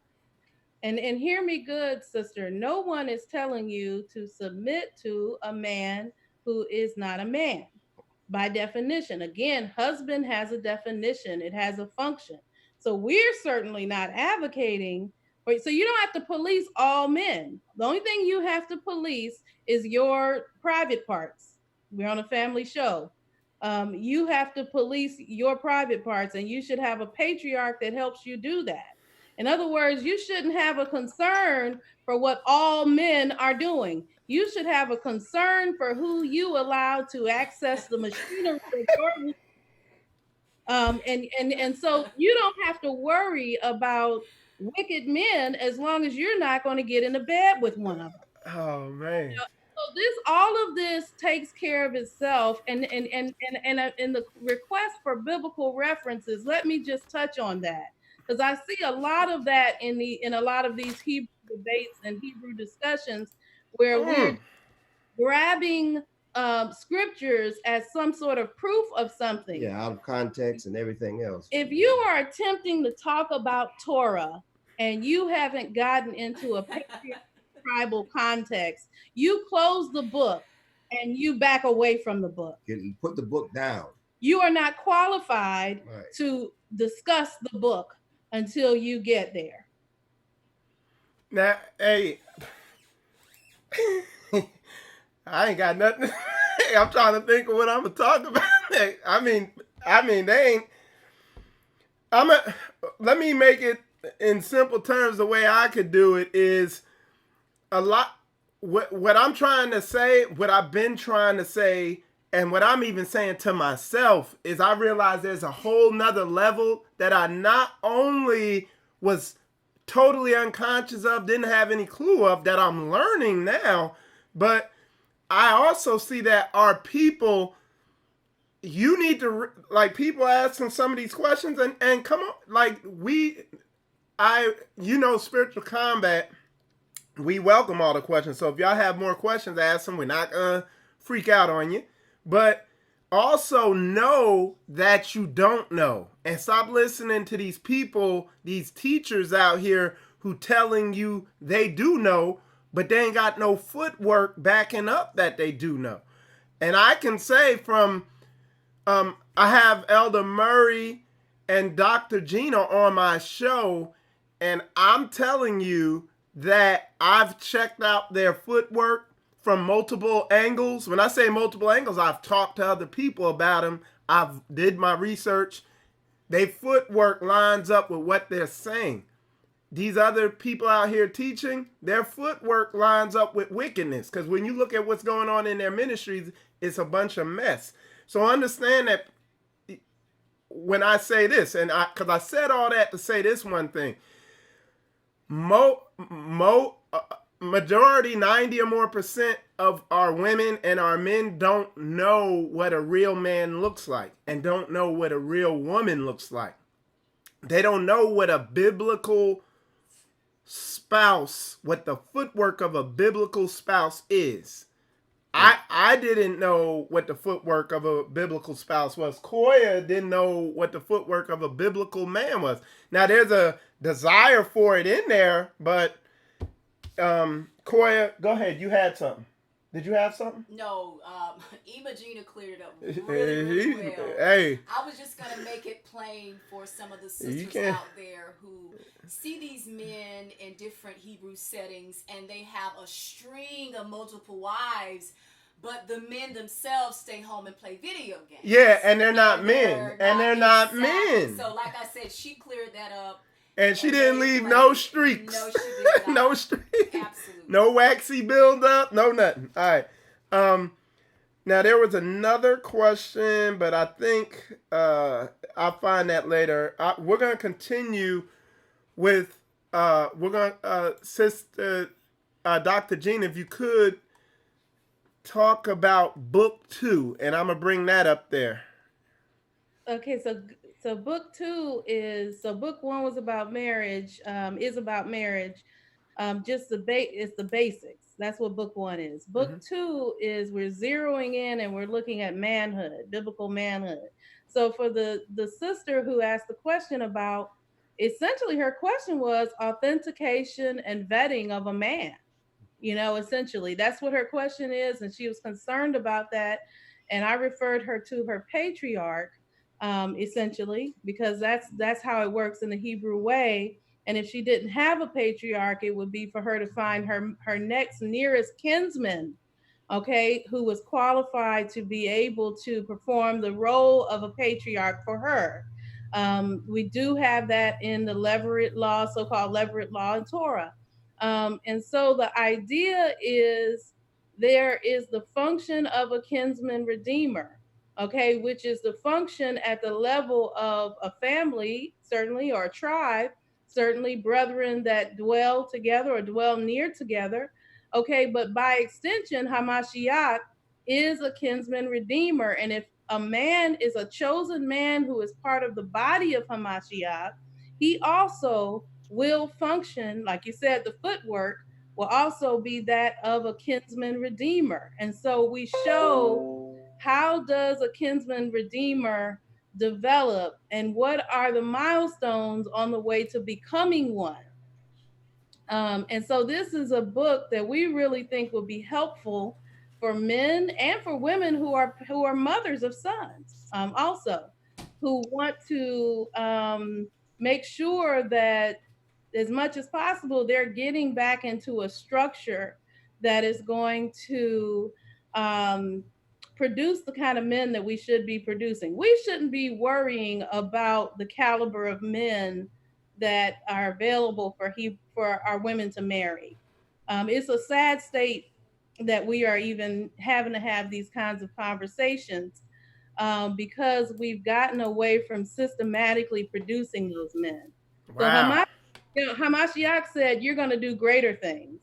Okay. And so the concept should not be to sit back and gaze at the sky, you know, as if we are not to also do those things. And so what we're talking about is the systematic development of sacrificial leaders to include husbands, but also leaders of assemblies. How do we have predators who are leading assemblies? We have, that type of leadership at any level. And it comes from, as we said before, when a mother molests a child through a narrative that is cutting and demeaning of the father, then you produce someone who would then try to, who is hurt as a result of that, who would then hurt others. Yeah. And so it comes back to not properly being processed by a mother who was a true wife. And so that's why it starts with book 1, and then we go into book 2, because without patriarchal men who have been developed and matured, you really can't have restoration of a nation or a kingdom. So this is very much related to the end times restoration functionally. And so this should be, restorative patriarchy should be all of our first priority, so that we can get into a structural configuration that will allow for our nation or our kingdom to be restored.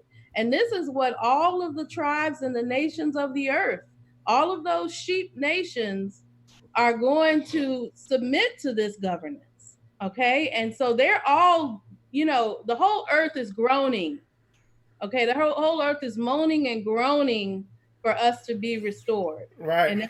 And that's patriarchal, restorative patriarchy. So that's the I'm sorry, real fast, for those of you who asked, if you want to get that book, this is the website right here, okay? So that's where you could go to get that book, or those books. And somebody asked a question. Basically, they're asking, what do they do if they're a woman, of course, and their husband is in Christianity? Like, what is a woman in one of those situations to do? And she's in this truth.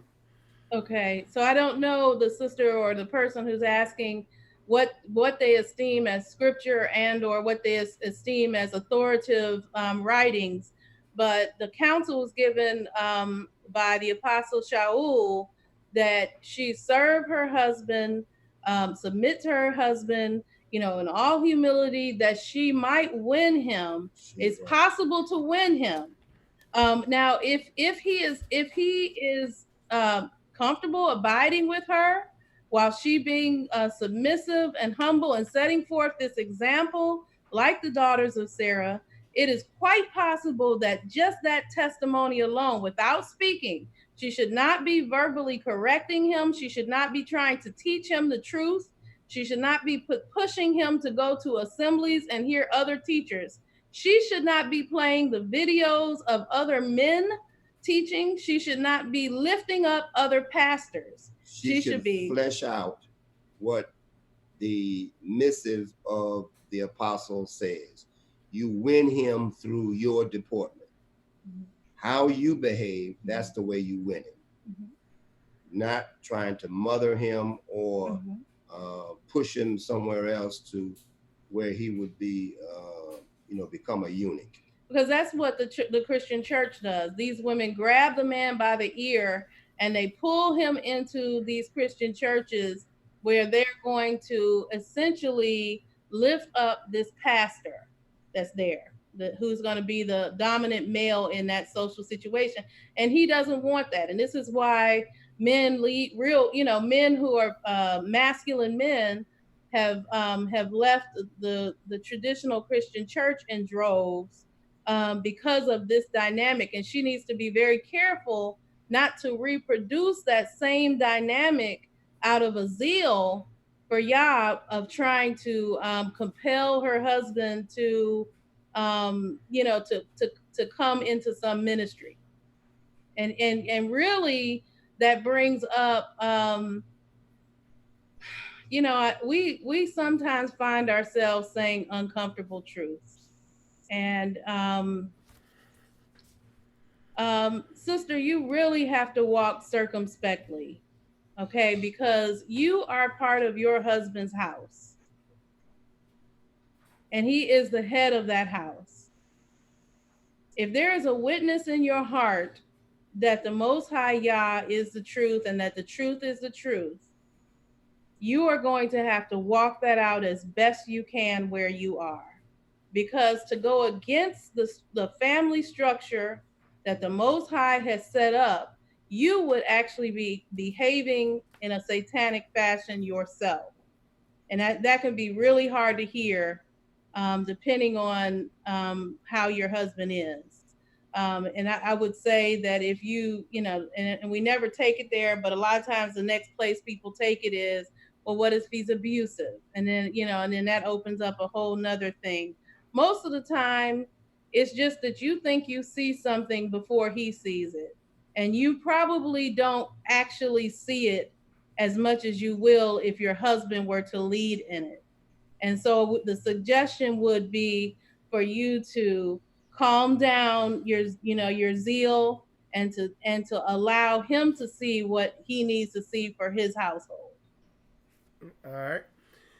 And then, Sister Tanya, I don't think anybody called you a name. If I did, maybe I did. If I did, my bad. But you were also asking, you said when Sister Gina answered your question earlier that she didn't provide any scriptural support. But like the stuff they're saying is, I mean, if you've ever read the Old Testament, that whole function is right there. And the sister also put up her books. Sister Gina, there's scriptural references in your book? Oh, it's full of scriptural references. So there and you go. Sister was asking, is this see, we can't see the name. So for us, it's not personal. I hope it's not personal for you. She's a little offended. I think she was the one who asked, and she said she feels insulted. What I would say, we understand, because the brother put it in there earlier. He said, one brother put in there, man, he's like, my head's spinning. And then somebody else was saying, man, you know, this is the best interview I've ever seen in my life. And, you know, we understand, but I understand, Coy understands that what's being brought out here is totally opposite everything you've ever known, economically, relationship-wise, life-wise. Absolutely. But that is because we don't understand the degree that we are in a satanic system. Yes. We can't figure out, and that's what got me. I said, I've been in this truth 7 years. Why am I struggling like this? Mm-hmm. Why is everybody else in this truth struggling? There's nothing on the horizon that I see could help us. And then stuff like this started coming out. And it's book. Go ahead. I'm sorry. Sorry. That's why we started in Genesis, though, sister, because the question you're asking is rooted in lack. And I don't know if you understand that, but the root of your question is in lack. And so you're asking about a scriptural reference where in the Edenic situation, there was no lack. Every tree, all these trees were good. The only exception in terms of we were asked not to partake of one particular tree, and that was a particular tree that dealt with a thought system of judging good and evil. So the fruit of the tree of the knowledge of good and evil, we were told not to partake of. In particular, Adam was told not to partake of, and his obligation would have been to instruct Eve, but there was no lack. There was no lack of provision, and Adam was placed in the garden. The garden had already been planted, sister. And so what we're saying to you is that the structure provides. And yes, it is in the authorized leadership, the hand of the patriarch. But the provision comes from Yah. He's true on his promises. If you do what he says, then polygyny comes organically. It will be a natural thing. It's not something that you try to somehow, on your own. Then it's from you and not from above. And so it has to be an organic thing. And so, dealing with someone who wants to just do it themselves, the mindset would be you would need some sense of undergirding for you to be able to do it. And so what's that? The son of the oppressor, his money. So you need to bend the knee to the oppressor, get his money, get his son in your family, and then you can do what the Most High says to do. I mean, that's demonic. And we don't subscribe to that. So we don't subscribe to the idea, because this is the satanic idea that's being proposed here. We do not subscribe to the idea that we have to bow to a foreign deity in order to obey our family tribal deity. See, this is what, and I know, and your question is so innocent in the sense that, okay, how are we going to make sure women aren't, neglected, or they're not starving, or not being able to be provided for? So that we get it. Don't think we don't get it. We get it, but we're trying to show you what is embedded spiritually in this dialogue, that you're bringing up. And so if a man has been instructed to be fruitful and multiply, and he is being led of the Most High to expand his family, the provision of the Most High is embedded within the instruction. He'll take care of you. If you are in a family tribal structure. So we're not talking spooky. We're saying he put you in a garden, or he put you in a tribal place. He's given you an inheritance, and so the idea of provision sometimes becomes that he's going to finance a sister sitting on the couch eating bonbons, watching Power and Love and Hip Hop and stuff. So that's not provision.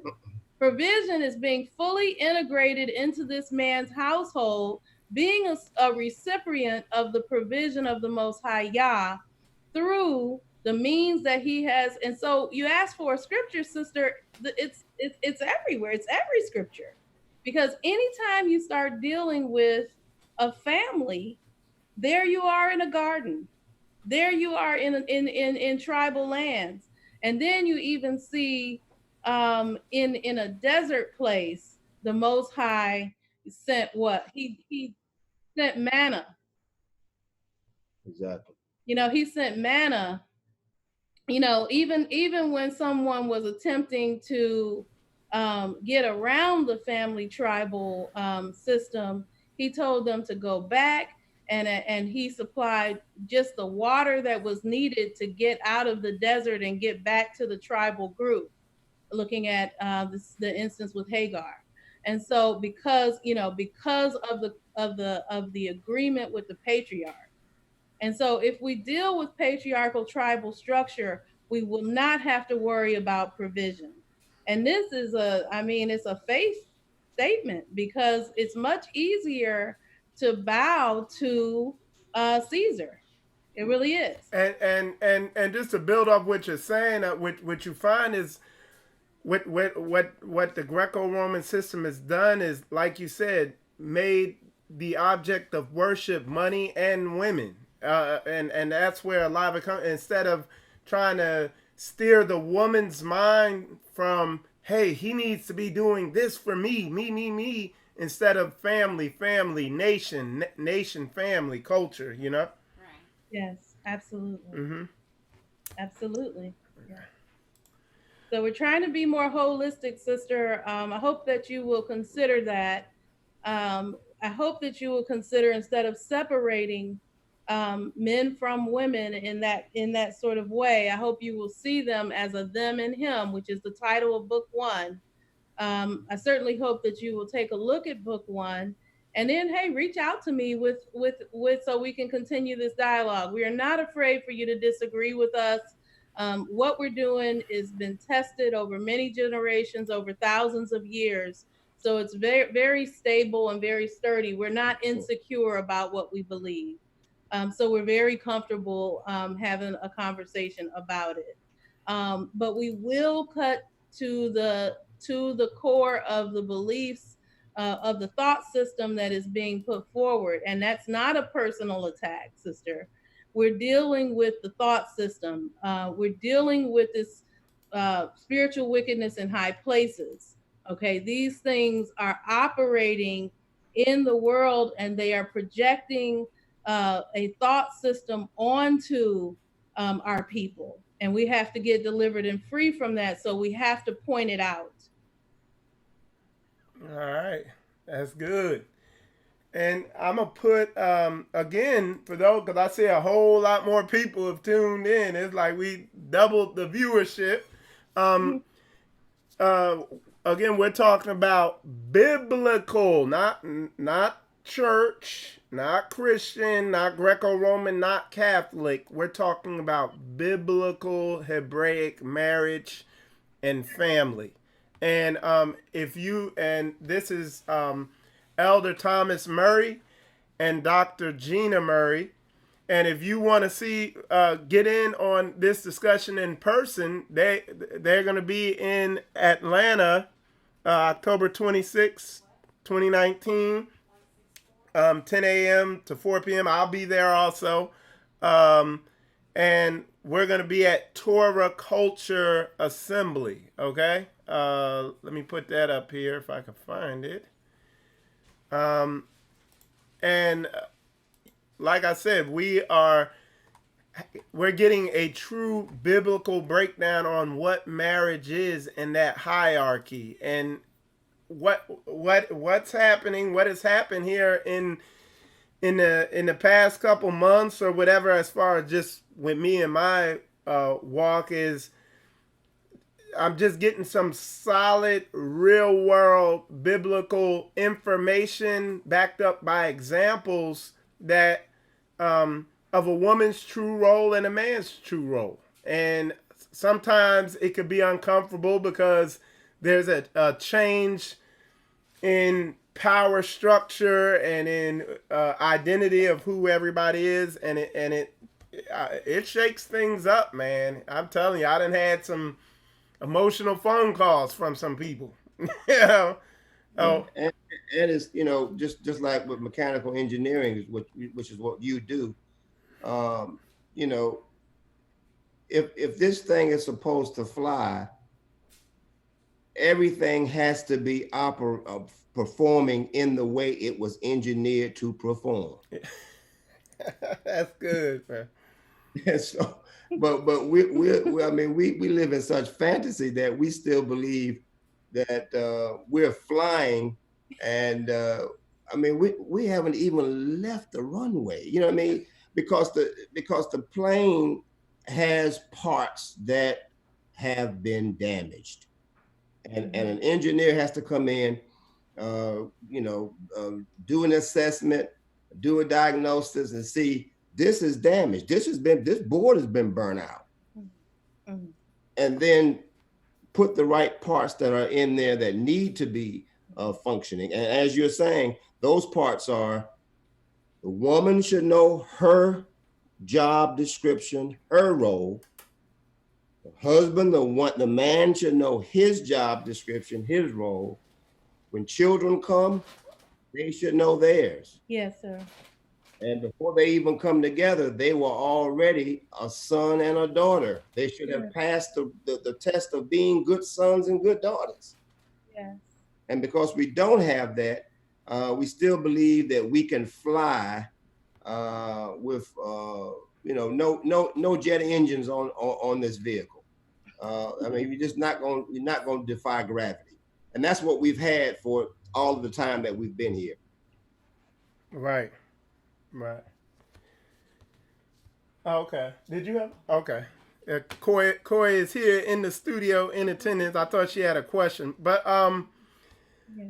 Elder Mary, talk about, if you could, because we had a conversation and you were just the thing that stuck to me, you know, because me, I'm like real basic. So, and it's like the analogies work for me. As some of the words and the big long words, you know, I won't be getting it. But then an analogy, a lot of times that brings it all into perspective. And one of the things Elder Murray brought out to me is like about when you're dealing with women as a man, okay?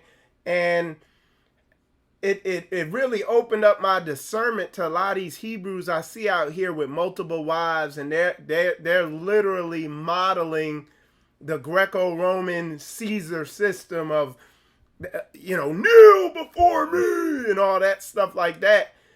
When Elder Murray broke it down in a more Hebraic agricultural way, he was like, you plant the seed and you let it become what it may. He was like, is the lion out there among the lioness showing them, no, you got to jump on the back and bite it here and do what? No, he let them go out and do their thing. So, Elder Murray, if you could you speak on that a little bit?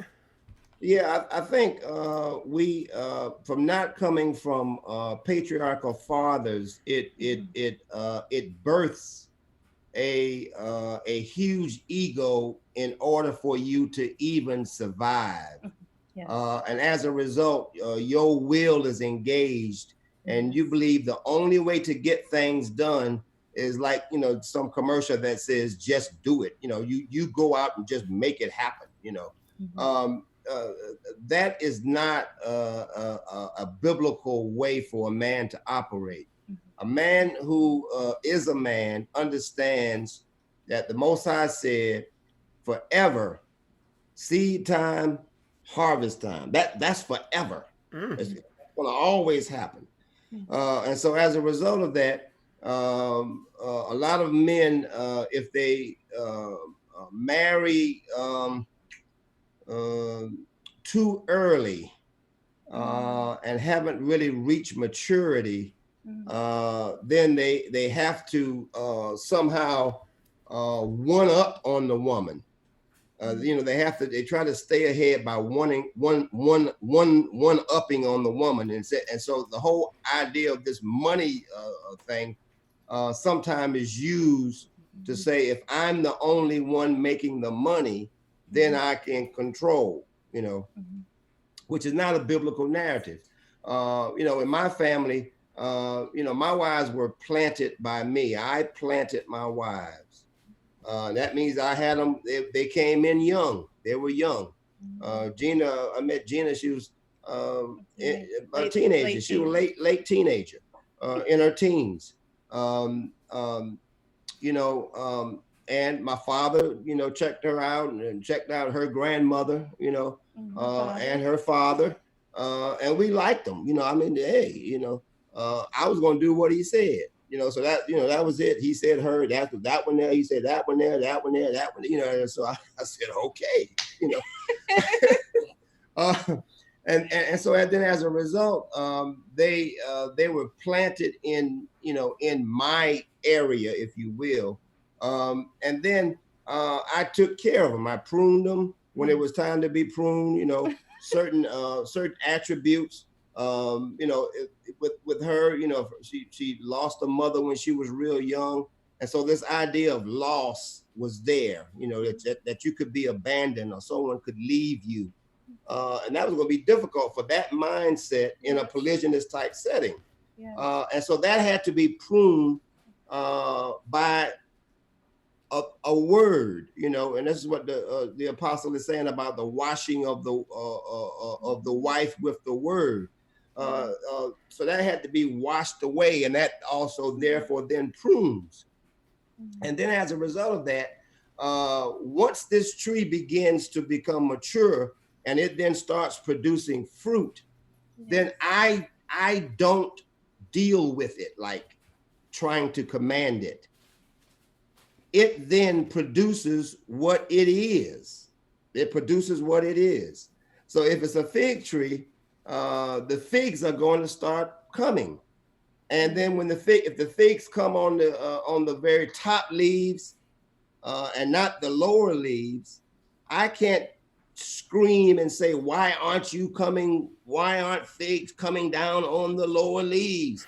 I want figs on the lower leaves. I mean, that would be insane, because by that time it's the Most High and that tree working together to produce what I wanted in the very beginning, because I planted that tree.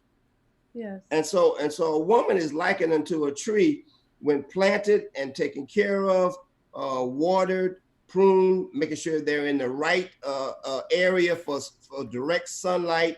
They're then going to produce whatever you said you needed, and you got that tree and planted it on your particular in your particular sphere or environment. And so if you are demanding figs from a tree, you need mental help. You've lost your mind. Just imagine a man screaming at a tree because the tree is not doing what he wants the tree to do when he wants the tree to do it. Then someone would say, you don't understand the nature of a tree.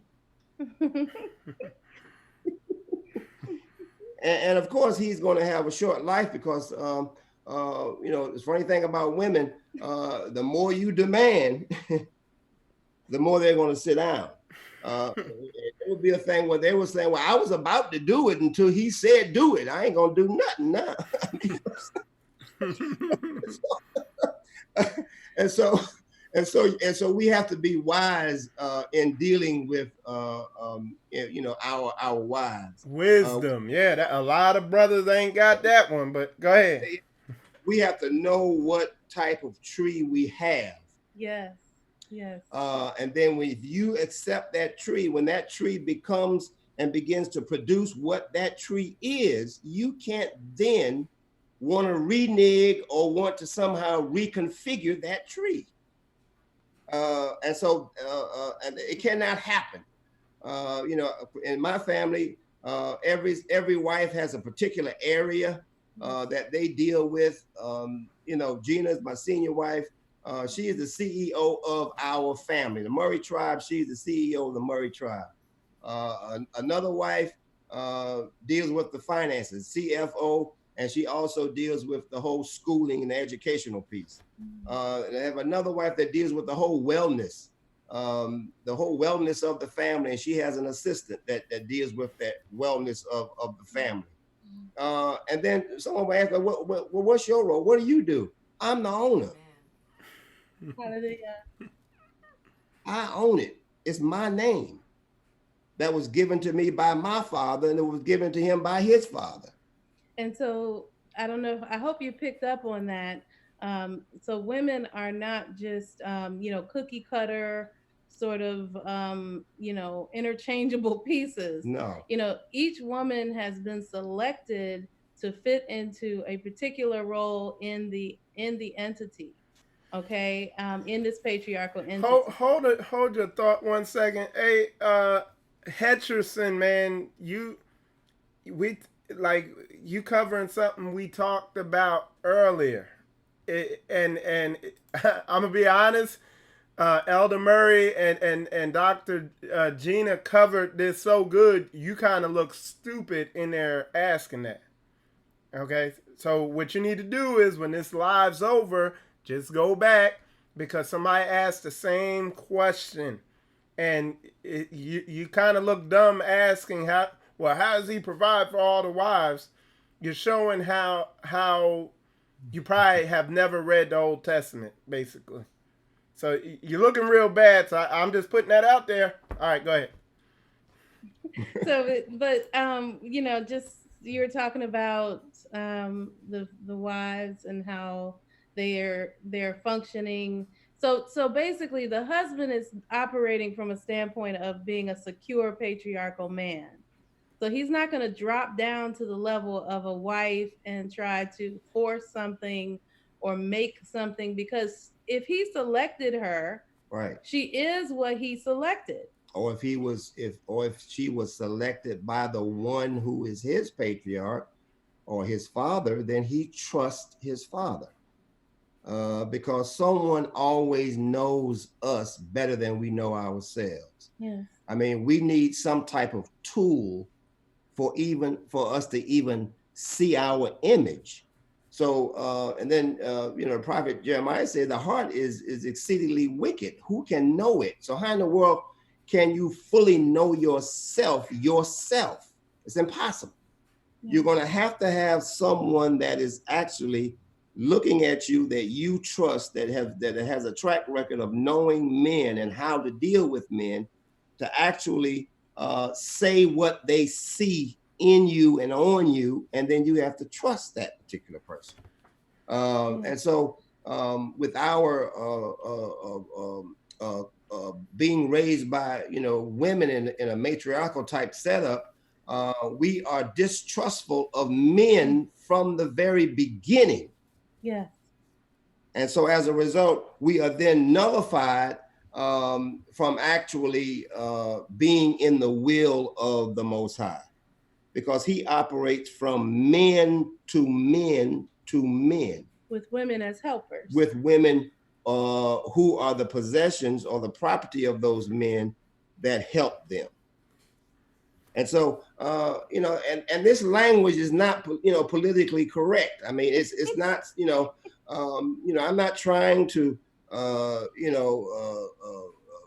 build something to bring people in, I'm not, that's not, and so as a result, we can be true to what the scripture says, because if we aren't as men building what the Most High said we should build, and that's families.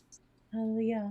Then we are thieves and robbers saying that we're trying to get in the kingdom. Wow. We're trying to go through another door that has not been authorized to go. Matter of fact, that door has been constructed by Rome. Mm. And so we have to stop chasing these moving doors that Rome has set up and actually go through the real door, which is a narrow way. Yes. To get to that particular to the whole kingdom. I mean, the Messiah is clear. The kingdom of heaven is like a polygynous marriage. Hallelujah. You got 5 wives, got 10. 5 were wise, 5 were foolish. I mean, he's saying the kingdom of his domain is as a polygynous marriage. Hey, man, they bleeding, man. We got to break out the first aid kit on. You cutting them up. Hey, and Hutcherson, again, you putting, like, we talking about the horse's head and you talking about his butt. And we way past that because we addressed that earlier. And again, you're showing your lack of understanding of basic scripture. We're not even talking, you talking about minimum wage means you have a wage slave mind. And you don't even understand biblical economics. So again, you should stop watching this video and go back and watch the video I did Saturday morning so you can get up to speed on what we're talking about. Because I promise you don't understand how you're talking about something else and all this stuff has been covered. We're a little ahead of kind of your understanding. But anyway, you can keep posting the comments. Don't anybody block them, Coy. Coy like the Kimbe Matumbo on that block button, boy. She's looking out for you. That's what she's doing. That lioness, boy. She be devouring them daggone animals out there, yeah. But anyway, we go. I'm sorry, but I just wanted to address that. But go ahead. So family is one of allowing the Most High to do what he has already genetically coded the genders to do. Allow it to happen. Yes. Because when you look at reproduction, Psalmist said we are wonderfully made, and he did it with his hands. So when we study reproduction, we see that in the act of reproduction, the whole reproductive system, the male who has millions of sperm deposits that in the woman. That's right. And then he's no longer in the operation. After he has planted the seed, it's now between the Most High and that woman. Then an egg actually allows one of those sperm to come in. That egg selects which sperm is going to come in. It's now the whole feminine or the woman's domain to deal with the seed according to how she will deal with the seed. Hallelujah. And so now he has to trust that now she is going to take his seed and then hold it, nurture it, allow it to grow, allow it to be what it is, that man, his seed, him. And then when it's time to birth, she needs assistance to actually assist her to deliver this seed. Of course, we've had some that deliver the baby themselves,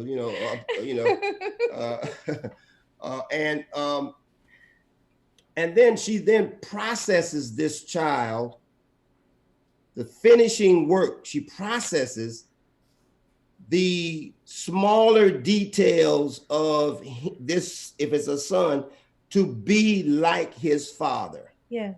She processes him. This is all done by her, not him. And this is why patriarchal tribal men have a vested interest or a stake in controlling and ensuring the chastity of the women within their control. And this is why, even why Torah is written like it's written, to be concerned with ensuring the chastity of the woman, because she has great power. Sure. Over that seed once it's been planted there.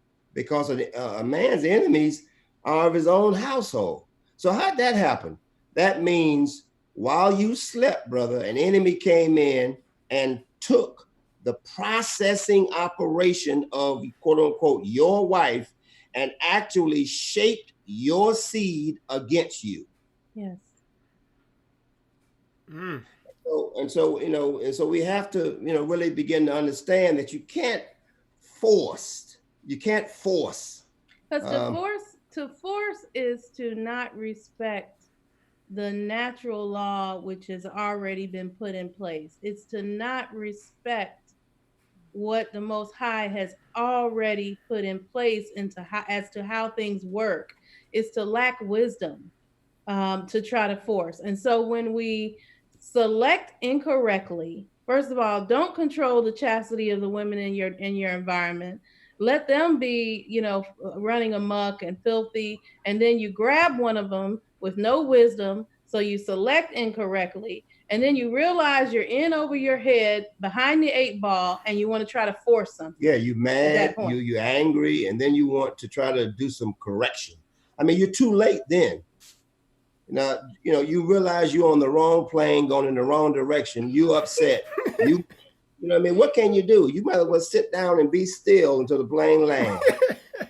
And then get on a different plane. And then get on a different plane. I love it, man. You can't do nothing in midstream. And so unfortunately, brothers have not been wise in mate selection, which is something that's very, very important. And it's very complicated. Yes. And so real fast, I just want to add this in. A big problem with the men is, again, not wanting to be submitted or anybody to tell them nothing because they've been raised in fatherless homes. And I just did a lesson a couple days ago that you need somebody to choose your mate for you, or at least have input on it, both sides. Exactly right. Yes. You have to have, that is such a complicated acquisition that it was normally done with your family. You weren't able to do that because you would be too personally involved. Yes. You know, when the servant came back from Abraham with, you know, Rebecca for Isaac, Isaac was out in the field. And this work was only done by the word of Abraham to his servant to go get a wife for my son, so he won't marry these ones that are around here. And he came back with this woman, and because he trusted his father and loved his father, when they saw each other, it was the deal was sealed. You know what I'm saying? You know, and so it's men try to do too much after the fact in trying to correct or make the woman what he wants her to be. And real fast, and the reason for that is because it's based on romance and emotion, and that's how these brothers are making their decisions, and that's how women are making their decisions on men, is romance, Roman, and emotions and how they feel. And it's like when you come against that and you begin teaching, hey, this is more economical and there's more things that need to be taken into consideration. A lot of people, man, they freak out, man. They raise up. They can't handle that. It's true. Yeah, and that's all after the fact. So you know, we have to be sober. We have to be wise in the most important thing a man will ever do in his life, and that is marry. Yes. It's more important than your vocation. Yes. Because if you are patriarchal, it is the continuation of your father. Yes. Who you should have honor and respect for. And therefore you will want to carry that name on. Hallelujah. The reason why I have Murray and I keep it that way is because that's the name my father gave me. Hallelujah. And that's the name his father gave him, Thomas Murray. And so as a result, I can't do something different because it would then say I'm dishonoring or disrespecting him. And I know what people say, you know, these names, yeah. But it's not the name or how you pronounce it, it's the person who gave it. And I respect and honor. Yeah. And we understand the provenance or the etymology of our patriarchal name, Murray, and it is tied to Hebraic roots. But even aside from that, what the elder is talking about is the tendency for people to want to make superficial cultural changes, whether it be name, garments, and everything, but not actually change how they function. So they still marry according to the Western system. How they think about family is still according to the Western system. They haven't actually really changed anything. Not a thing. And you look in the back of some of these garments and it says made in China anyway. And so and you look at the back of the wife, the man's wife, you look at her neck, and if you look real closely, it made says in Rome. Made in Rome, made in America. So the woman is not any different than the American woman and how she thinks, and you know, and so these questions that are coming up are good. They are. Don't stop. Don't feel like we're upset. We won't be upset. You're just disagreeing with us or anything like that. We have to see the thought system that has ensnared us. And the only way to see it are for those questions to come up and out. And so you might think, I'm a Hebrew woman, but you've got a made in America stamp on you. Right. And you don't know it yet until these things come up and out and we begin. And they come up and out in the family setting. Yes. The family setting is where they have placed all of the landmines. Yes. All of the landmines is in family. Wow. You know, and I've officiated so many marriages, I can't even keep count of them now. But I've seen after the I do's, at the reception, there's a battle. Yeah, fighting at the reception. After the I do's with the reception time, there's fighting. And these are people who still have a Western mind, and they have gone through what will be considered a wedding ceremony, even within the Hebrew community. They've have ketubah. They because people say, well, you need to get a ketubah. Okay, that's gonna change everything. That's the man. You know, like it's magic, but it's not. None of this stuff is magic. And so we talk about that in book 1, about all those trappings that we think of as making a marriage. It's not. It's the actual structure of the marriage. And it's understanding whose you are. Who do you belong to? That's good. What I'm gonna do is, I know a lot of y'all are wondering. I saw the one brother, I saw your comment you put in there. If you wanna, you asked him, where can you go to learn more? Again, Dr. Gina Murray and Elder Thomas Murray will be in Atlanta October 26th. Sister Nina is in the comments saying, get registered. So go on, you go here. This is Eventbrite. So if y'all not familiar, you could download the app or whatever. But this is Eventbrite. And let me make this smaller so y'all can see the whole. I know the date's cut off, but that's October 26th. And it's going to be at Torah Culture Assembly. We will have Amir and Nina on to talk to you more about Torah Culture Assembly in Atlanta. They teach the same doctrine, or however you want to say it, as Elder Thomas Murray and Dr. Gina. They're right there in the ATL. But go to Eventbrite, get registered for the event. And if y'all could talk a little about the upcoming event. Okay, well, we're gonna we'll have sessions where we'll be talking about book 1. We'll have a lunch, and there'll be opportunity to to fellowship and to ask questions during the event. And then we'll have a conversation and sessions about book 2, which is focusing in on manhood.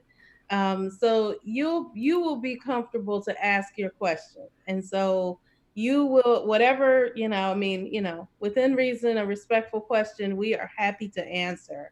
And let's get to the bottom of some of this stuff so that we can stop talking in circles within the community. So as many of you as can be there. I don't know what the occupancy is of their building, but certainly as many as can be there. We certainly hope that to see you. And we can talk about the mechanic. We'll talk about the mechanics of actually setting up a biblical family structure. Wow. Because we don't want to lift ourselves as some type of anomaly. Yes. That we're the only ones. No.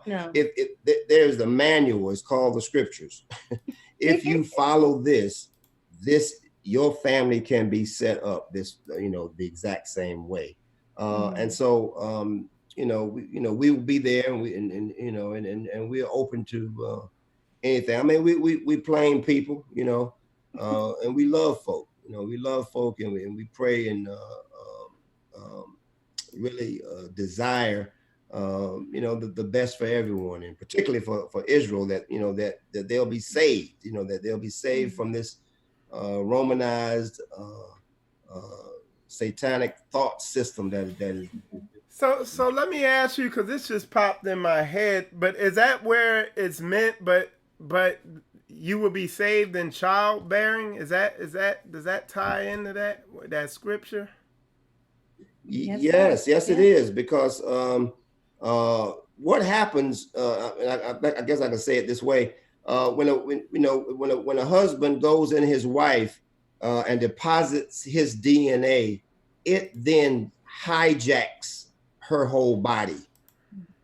It takes over her whole body. Everything in what will be called her system of her body then begins to work for that seed, which is him inside of her. Wow. Yeah. It hijacks it. It takes it over. What it does is it it claims its property for its property to begin to work for itself. Yes.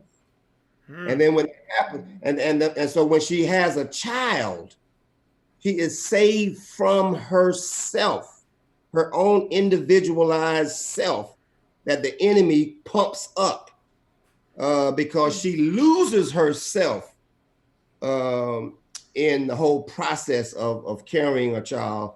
And then, you know, some women say they felt that they died actually in childbirth. You know, there's this right at the peak of when, right at the peak when the baby head is crowning, and you know, and the vagina is stretched beyond, you know, imagination. At that point, some women almost go out, you know.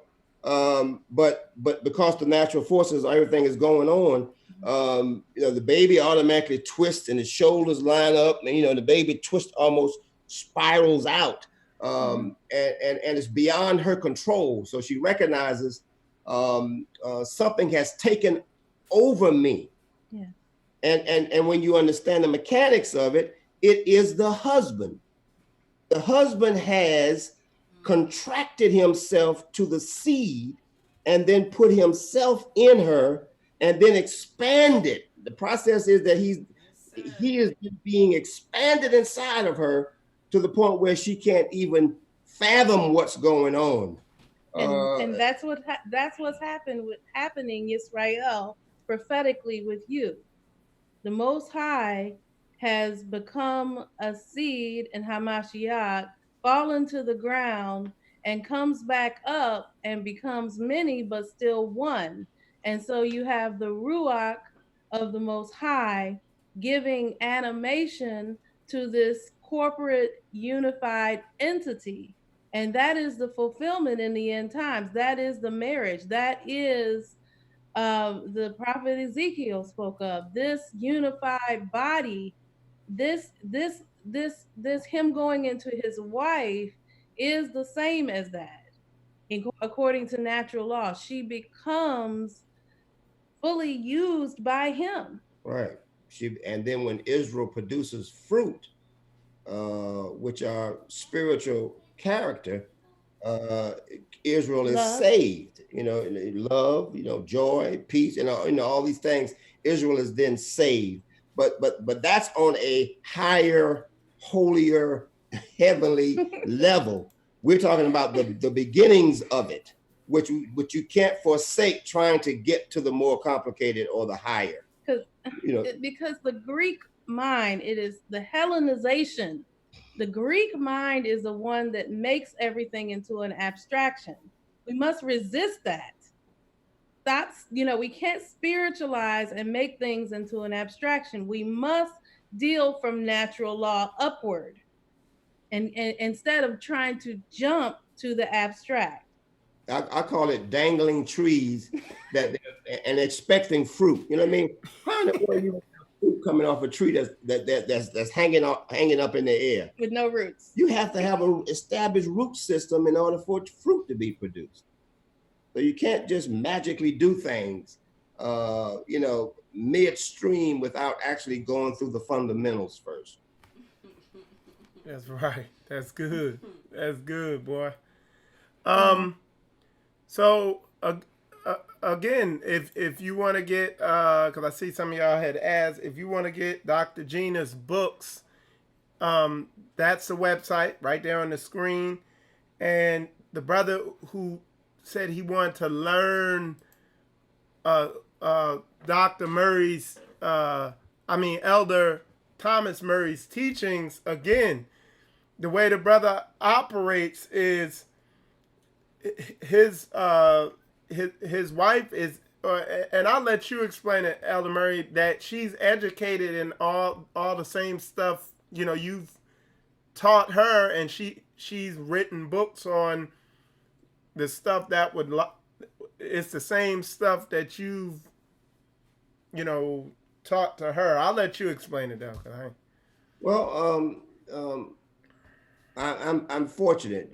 My father was wise in selecting her for me, and he was right what he was right about, and what he was right about was her, and then and my other wives also, because he selected them, that she would be a good wife, and biblical wife. That definition meaning that she would easily let go of herself to become you. Wow. You know, one flesh. And so she did. Earlier on, she had children. She had sons and daughters of mine. And I think she put a post up not too long ago that she was happy. She loved being barefoot and pregnant. You know what I mean? Because then after a period of time, I directed her to go to school, after the children, because the assimilative process actually peaks at childbearing, and so as a result, when someone has had children for you, and if all things are right, then she basically is you. And therefore, then she was sent to school, and she went on to school, and she became, and went on and became a medical doctor. She's a pathologist. That's like a she's nerdy. She was bright and sharp, and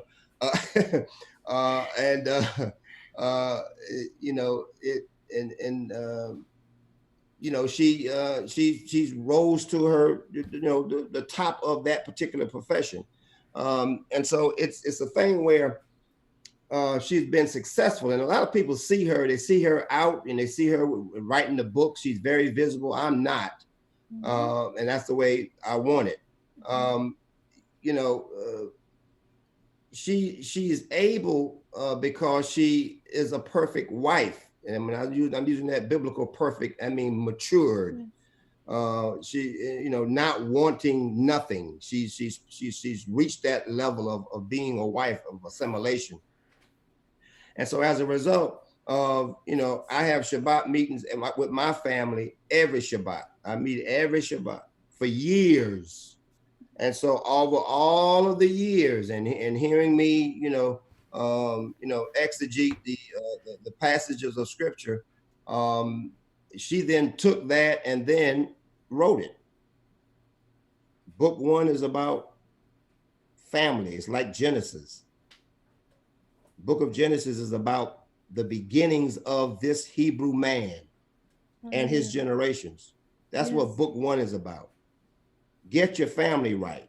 Book 2 is about, now we have a lot of men from that family who are all patriarchal, and they then come together to do some particular work. Yes. That's what book 2 is about.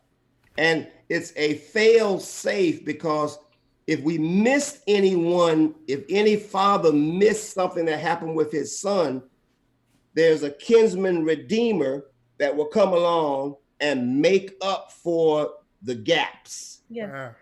That's what book 2 is about. Hey. all of those come from hearing lessons. And I'm gonna tell you, she would say, I'm reading it, I'm like, wow, this is profound. And she was like, well, this is the class you taught right here. And I'm like, well, dog, I didn't make it sound like that, I mean, but that's the whole process of the fig tree,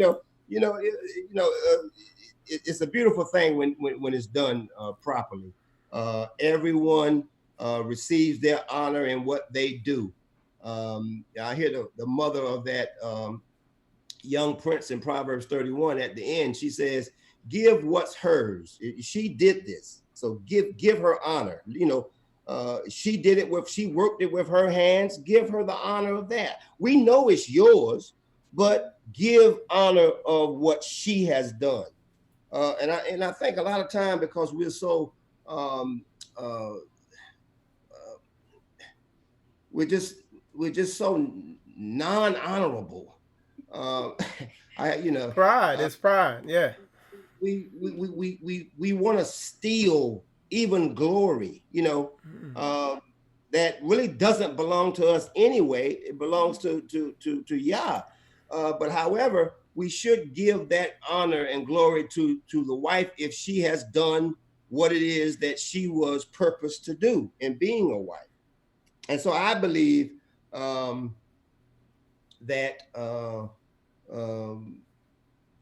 unfortunately, aggressive,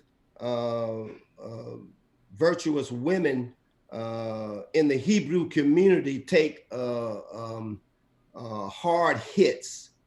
It's as if they're trying to be dumbed down and muzzled. And that is not in the book. That's not in the book.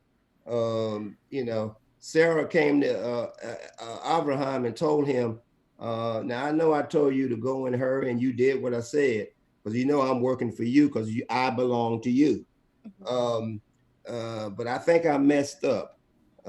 This boy here gonna try to take the birthright from my son, and I'm you. So I think we need to get rid of that boy.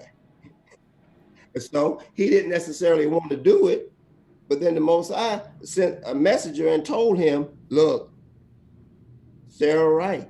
You know what I'm saying?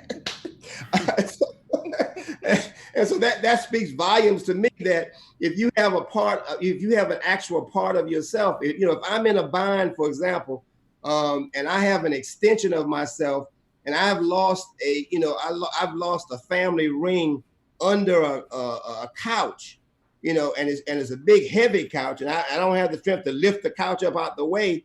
I have to get down on my knees and stick my hand under the couch and reach and stretch and look around. I have to trust my extension, my hand, to find it through feeling. And I'm afraid that a lot of men don't trust the extension of themselves. That you'll handle the business that you might not necessarily see because of the position that you're in right now. I hope you can hear what I'm saying. Oh, yeah.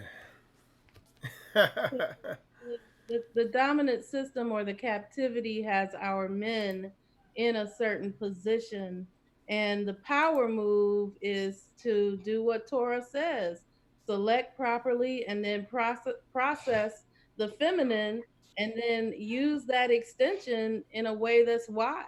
100%. My family busy. All my wives are busy. They're working. Some way, shape, form. Some business, some ministry, something. Busy, working. And of course, that's what a woman does best. She's most happiest when she has a purpose that's tied to her husband. Yes. That has been all taken away from us. It's been all taken away from us. And so restorative patriarchy is really about that. Restoring what will bring you the most joy. Yes. And we know that we see all of this abnormality out here, all of this twistedness and all of this sickness, but we can't let that deter us from what the Most High said would bring us the ultimate joy. Yes. Which would be, husband, love your wives. Wives, submit to your husbands. Children, obey your parents. Servants, work under your master. I mean, and so all of these job descriptions, they've all been set, and it would bring us the most joy if we could just let go of this noise that this world is pumping out daily to say that there is something better. And again, I gotta say it again, man, because it's just clear. It's getting made clearer and clearer to me, and as the Most High makes it clear, I try to put it out there and make it clear for y'all, because what we have to learn to do. I've noticed people. It's funny how the people who come against some of this, what's being said here, then all you have to do is look below the surface and see what they got going on in their lives, and their lives are a disaster. And they're following after people who have no fruits. And it's like they almost have a history of poor judgment. And it's like, okay, so the Bible is right here. You got a brother like Elder Thomas and Dr. Gina Murray. And a lot of people are going to just automatically, through emotion, come against and, oh, well, that's not right, or this, that, and the other. And it's like, but one of the big lessons I've learned in the past couple months is to further remove my emotions out of stuff and look at fruit. Adhere to the word is what they're saying, lining up to the word, even though it might not feel right, you know. And like I said, it has really led me to some heavy truths. And at the same time, I watch these other ministries who they cater to emotions. And again, you don't have to look very close and you see a lot of dysfunction, wickedness, and evil out there. So I'm saying all that and I noticed like the comments, if you've been talking, like, ain't no trolling going on. You know what I'm saying? Ain't nobody complaining about nothing. But the thing is again, even I noticed because I've been pushing out a lot of heavy truths on spiritual combat lately, and it's caused a whole bunch of people that fell off. You know what I'm saying? Because they can't handle it. At the same time, they don't have anything going against what's being said except their emotions. They got no fact. They got nobody, no footwork. You know, I say footwork, but the Bible says you will know them by their fruits. And that I found myself quoting that scripture a lot lately, that these other ministries out here, they got some knowledge. It's like a history lesson in college at best, but it's really not the book. And what we have to learn to look for is people who are actually doing the book, which is what we've come to find out is very rare. It's less than 1% in this Hebrew awakening that are actually out there in front of people that we know of that are doing the book. Outside of that, everybody else is doing Christianity or Catholicism, whether they realize it or not, you know. So, what I'm doing here is I'm just issuing a challenge to the people, and I just saw a comment. I thought I did. I'm issuing a challenge to you. You know, look a little further. Look past your emotions on these topics, because I mean, I'm gonna be honest, man. I've seen people fly into emotional tirades over the past couple weeks, and people just run from this because it's so alien to their Greco-Roman programming. And I'm challenging you, because I know a lot of y'all are watching now, just looking at the numbers on here. You need to start questioning stuff, because a lot of y'all are under strong delusion and you don't realize. You don't even know that you don't know. You know what I'm saying? But yeah, we are going on 3 hours. So I'm gonna let y'all, yeah, it's been that good. But people have been locked in big time. But I'm gonna hand it back over to y'all to conclude it. And I want, man, y'all willing, man, I hope y'all come on a regular basis, because this was edifying on a lot of levels. But I'm gonna hand it over to y'all. Yeah, well, we applaud you for being obedient to what the Most High has called you to do, and I don't think it's an accident. I don't believe in them. That your background, even vocationally, is such that you appreciate things fitting the way they're supposed to fit. Supposed to function. That's right, a mechanic. And so as a result of that, you have this calling, and you've launched out to begin this spiritual combat service, and it really is a service that you're giving to Israel at cost that you're bearing yourself. You know what I'm saying? And so and he's gifted you with a very aggressive, virtuous woman as a wife. And the more you trust her, the more you'll blow up. And so I see great things for you, Brother Michael Israel. And so I'm honored that you would even take 3 hours of your time on this thing to deal with these little people here you got on today. We trying to hold on the best we can, and make our people, our parents, and our people proud that we didn't let the wagon go back down the hill. So. Right. Did you have anything, Dr. Gina? Oh, no, nothing further. Just want to encourage all the family to, you gave them a challenge to get beyond their emotions, and we would give them a challenge to, if you have a solution that's better than Torah, by all means, feel free to try it, but we would caution you because, the narrative is that the Most High solution and his will are the ones that is dominant and that has victory. And so that's where we have our faith.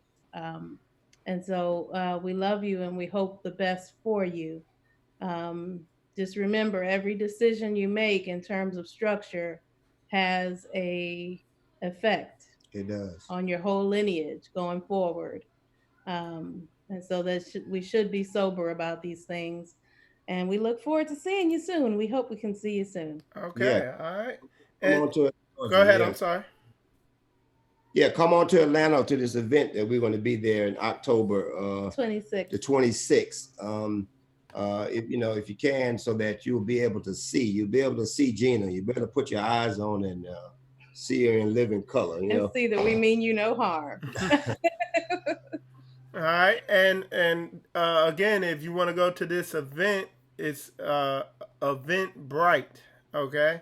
And I mean, what you're hearing, I just gotta say it again, because this is why, like I said, I'm gonna just stay here, because this is even a deeper level than what I taught on last week. Is what you're hearing is what this beast system has done is totally stripped the Bible. Is like you getting a GMO doctrine even in the Hebraic community, where they strip out all the real nutrients. And one of the things that Elder Thomas and Dr. Gina Murphy showed us, that was the big thing that I took away from this whole interview, and a big realization I had, is that one of the things the oppressor stripped out of the Bible was family. Yes. 100%. I mean, and I even up until I did this interview just now, and it just hit me just now. It's like,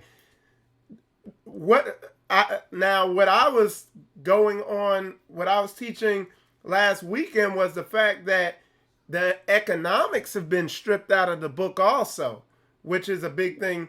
But at the core of the whole thing, and even in our oppression here, the last thing that they attacked that finally totally destroyed us was family. And then what Elder Thomas and Dr. Gina have brought out in such an amazing way was the fact that from Genesis to Revelation, the underlying foundation of this house is family. It's family. I mean, let that sink in. I mean, everybody's so, multiple wives, but the underlying main idea of this whole interview here, and what they've brought out, and what I now look really, everything's really sinking in. I'm like, yo, these are family experts here, biblical Torah family experts. And what's happening, all these assemblies, and like I said, I have a unique perspective. I have dealt with and been around and fellowship with and been to all these events and dealt with all these assemblies out there, and at best, they're just teaching Catholicism, at their best. This is on a whole nother level. I mean, really let that stuff sink in that, come out of them GMO assemblies and get some organic Hebraic understanding. You know what I'm saying? But Elder Thomas and Dr. Gina, appreciate y'all coming on. I'm going to be annoying y'all to come on more often, because I see how edifying it was. I see how all the brothers, I see like the numbers were consistently going up. People were locked in and engaged. And it's really, again, I promise it's going to shake up the Hebrew community. Pastor Pork Chop and Bishop Bubblegum and all them people, I'm sure they're gonna strategically set up their messages so that they could continue to siphon the blood off the Hebrew community. But we're gonna continue fighting back. You know what I'm saying? Because that's why it's called spiritual combat, because we're about that warfare. You know what I'm saying? But anyway, I appreciate y'all coming on. Again, I want to, if you want to see them in person, Biblical Family Structure live discussion. We're gonna all be in Atlanta at the Torah Culture Assembly. Go to Eventbrite and just type in. All you gotta do is go to Eventbrite, type in Biblical Family Structure, okay, and then it'll pull up this event. This is actually. What you're seeing on your screen right now is actually off of Eventbrite. So you just go to that page. And like they said, the money, food's going to be provided and all that stuff like that. We ain't going to just give you a Lunchable. I'm sure if Nina is involved with it, you're going to eat something. You feel me? So, and it has detailed information about the event. I'm looking forward to being there. And like the sister said, you can ask questions, you know what I'm saying? It's going to be very engaging so we can get understanding and begin to truly wake up. Like our eyes are open, but we're still laying in the bed. But we trying to get our people up out of the bed now and literally wake up and not just lay in bed in a daze. That's where Israel is at right now. So we want to encourage you to get to that event. Also, leading up to the event, I'm sure y'all want to get more understanding on where they're coming from. Sister Gina has written 2 books. To get the books, all you have to do is go to her website. There's her website right there. Okay, so just type in that website and all that information will be there. And like I said, you go on there, you click that shop button, and you could purchase her books and really know on a deep level where they're coming from. She said for everybody who was asking about the scripture, she said there's plenty of scripture in there. So yeah. But anyway, I appreciate y'all coming on. What I'm going to do is I'm going to take y'all out with the song. Aptly, I didn't realize this song had this name. This song that Brother DeJerry and Brother David made. That's a great song. Yeah, and it's called Tribal Mind. It's like you can't make this stuff up, man. So that's the name of that song that I played at the beginning. Straightway Praise Land presents. So that's Brother Kabir's ministry up there from Straightway. So anyway, I'm gonna take it out with that song. Elder Thomas and Dr. Gina, we appreciate you, Koya. Thank you so much. We appreciate y'all. We appreciate y'all. We appreciate y'all. It was such an honor having you all, and I just look forward to meeting y'all next month. I can't wait. I'm so excited. And viewers, please visit her website. Please register for the event. You will not be disappointed. Hallelujah. All praises. All right, and if you want to support Spiritual Combat, you could do it by hitting that subscribe button, hit that like button, hit that follow button, like, comment, subscribe, all that. You know, if you don't like it, hit the unsubscribe button, unfollow, dislike, whatever. You know, we're not in it for the numbers. We're about bringing this truth out. So anyway, with that said, I'm going to take it out with the song Tribal Minded by my man Jerry and Brother Dave up there in Straightway Praise Land. Shalom, y'all. Shalom. Dun, dun, dun, dun, dun, Speak right into that, okay? okay. You got it? Yes, sir. I tell them all the time, I lay it all up on the line. I think about them every time. That's how I keep a tribal mind. I tell them all the time, I lay it all up on the line. I think about them every time. That's how I keep a tribal mind. I'm with the team, getting real merry, the flow is a boat on the stream. Bro, what you mean? If you ain't ready, life gon' be gone like a dream. Know what I mean? Flow like a clock, spending my time with the flock. I'm on the scene, been on my job, doing it all for the mob. Real heavy, feel the weight like a sumo. Life get heavy, do your dance, then you let go. I be for real, 100% though. We keep it trill, doing his will, that's how we flex, bro, yeah. This walk ain't hard. Tell that I made it, but they think I'm fraud. Tell them they could take it, but they afraid that raw. Thinking they living, but missing the mark. They missing the mark. Give them the truth, cause you set apart. Don't be ashamed, you made it this far. Look at them looking, they think I'm from Mars. I lay all I got at the master's feet. Okay. I'll be there all day, don't even ask for me. All things in common, that's the way it be. That's the way he painted, that's the master's piece. I lay it all up on the line. I think about them every time. That's how I keep a tribal mind. I tell them all the time. I lay it all up on the line. I think about them every time. That's how I keep a tribal mind. Look, my family's the tightest. We a tribe, led by a spirit, wonders and signs behind, so you cannot deny it. Most haters got a tribe, but wasting their time. We just receive all the blessings and favor, while persecution be right beside us. I be purging every day. Enemy trying to hold me down. Meanwhile, let my shepherd feed me, keep some scrap Hebrews around me. Guess they may wanna come round with that nonsense. Some say militant, I say conscious, cause we packing them swords in the word of y'all. Pray my aim is on point when they coming round. Stomp it, ground. We blowing horns of war, boy, you hear that sound? That's kingdom keys. We believe in the sun, die to self, wash clean in the blood. Commandments over traditions, and you don't want none. You don't know about the dwelling of brothers, servants of one another.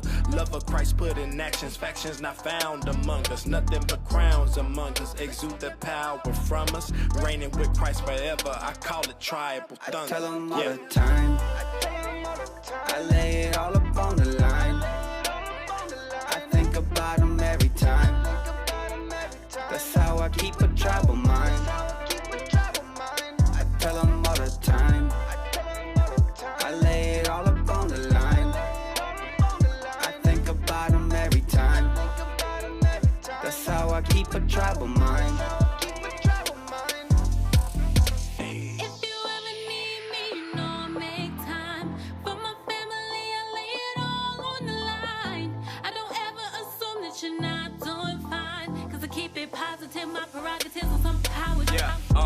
Ever since I was old enough to pick up the pen, I let the ink bleed out just like it's sweat from the skin. I load zeros, not unsung, but I'm so hero. I heard the game needs a cleansing, so let me give your mental this clerical, aerodynamical, the uncompatible, working of God with no sabbatical.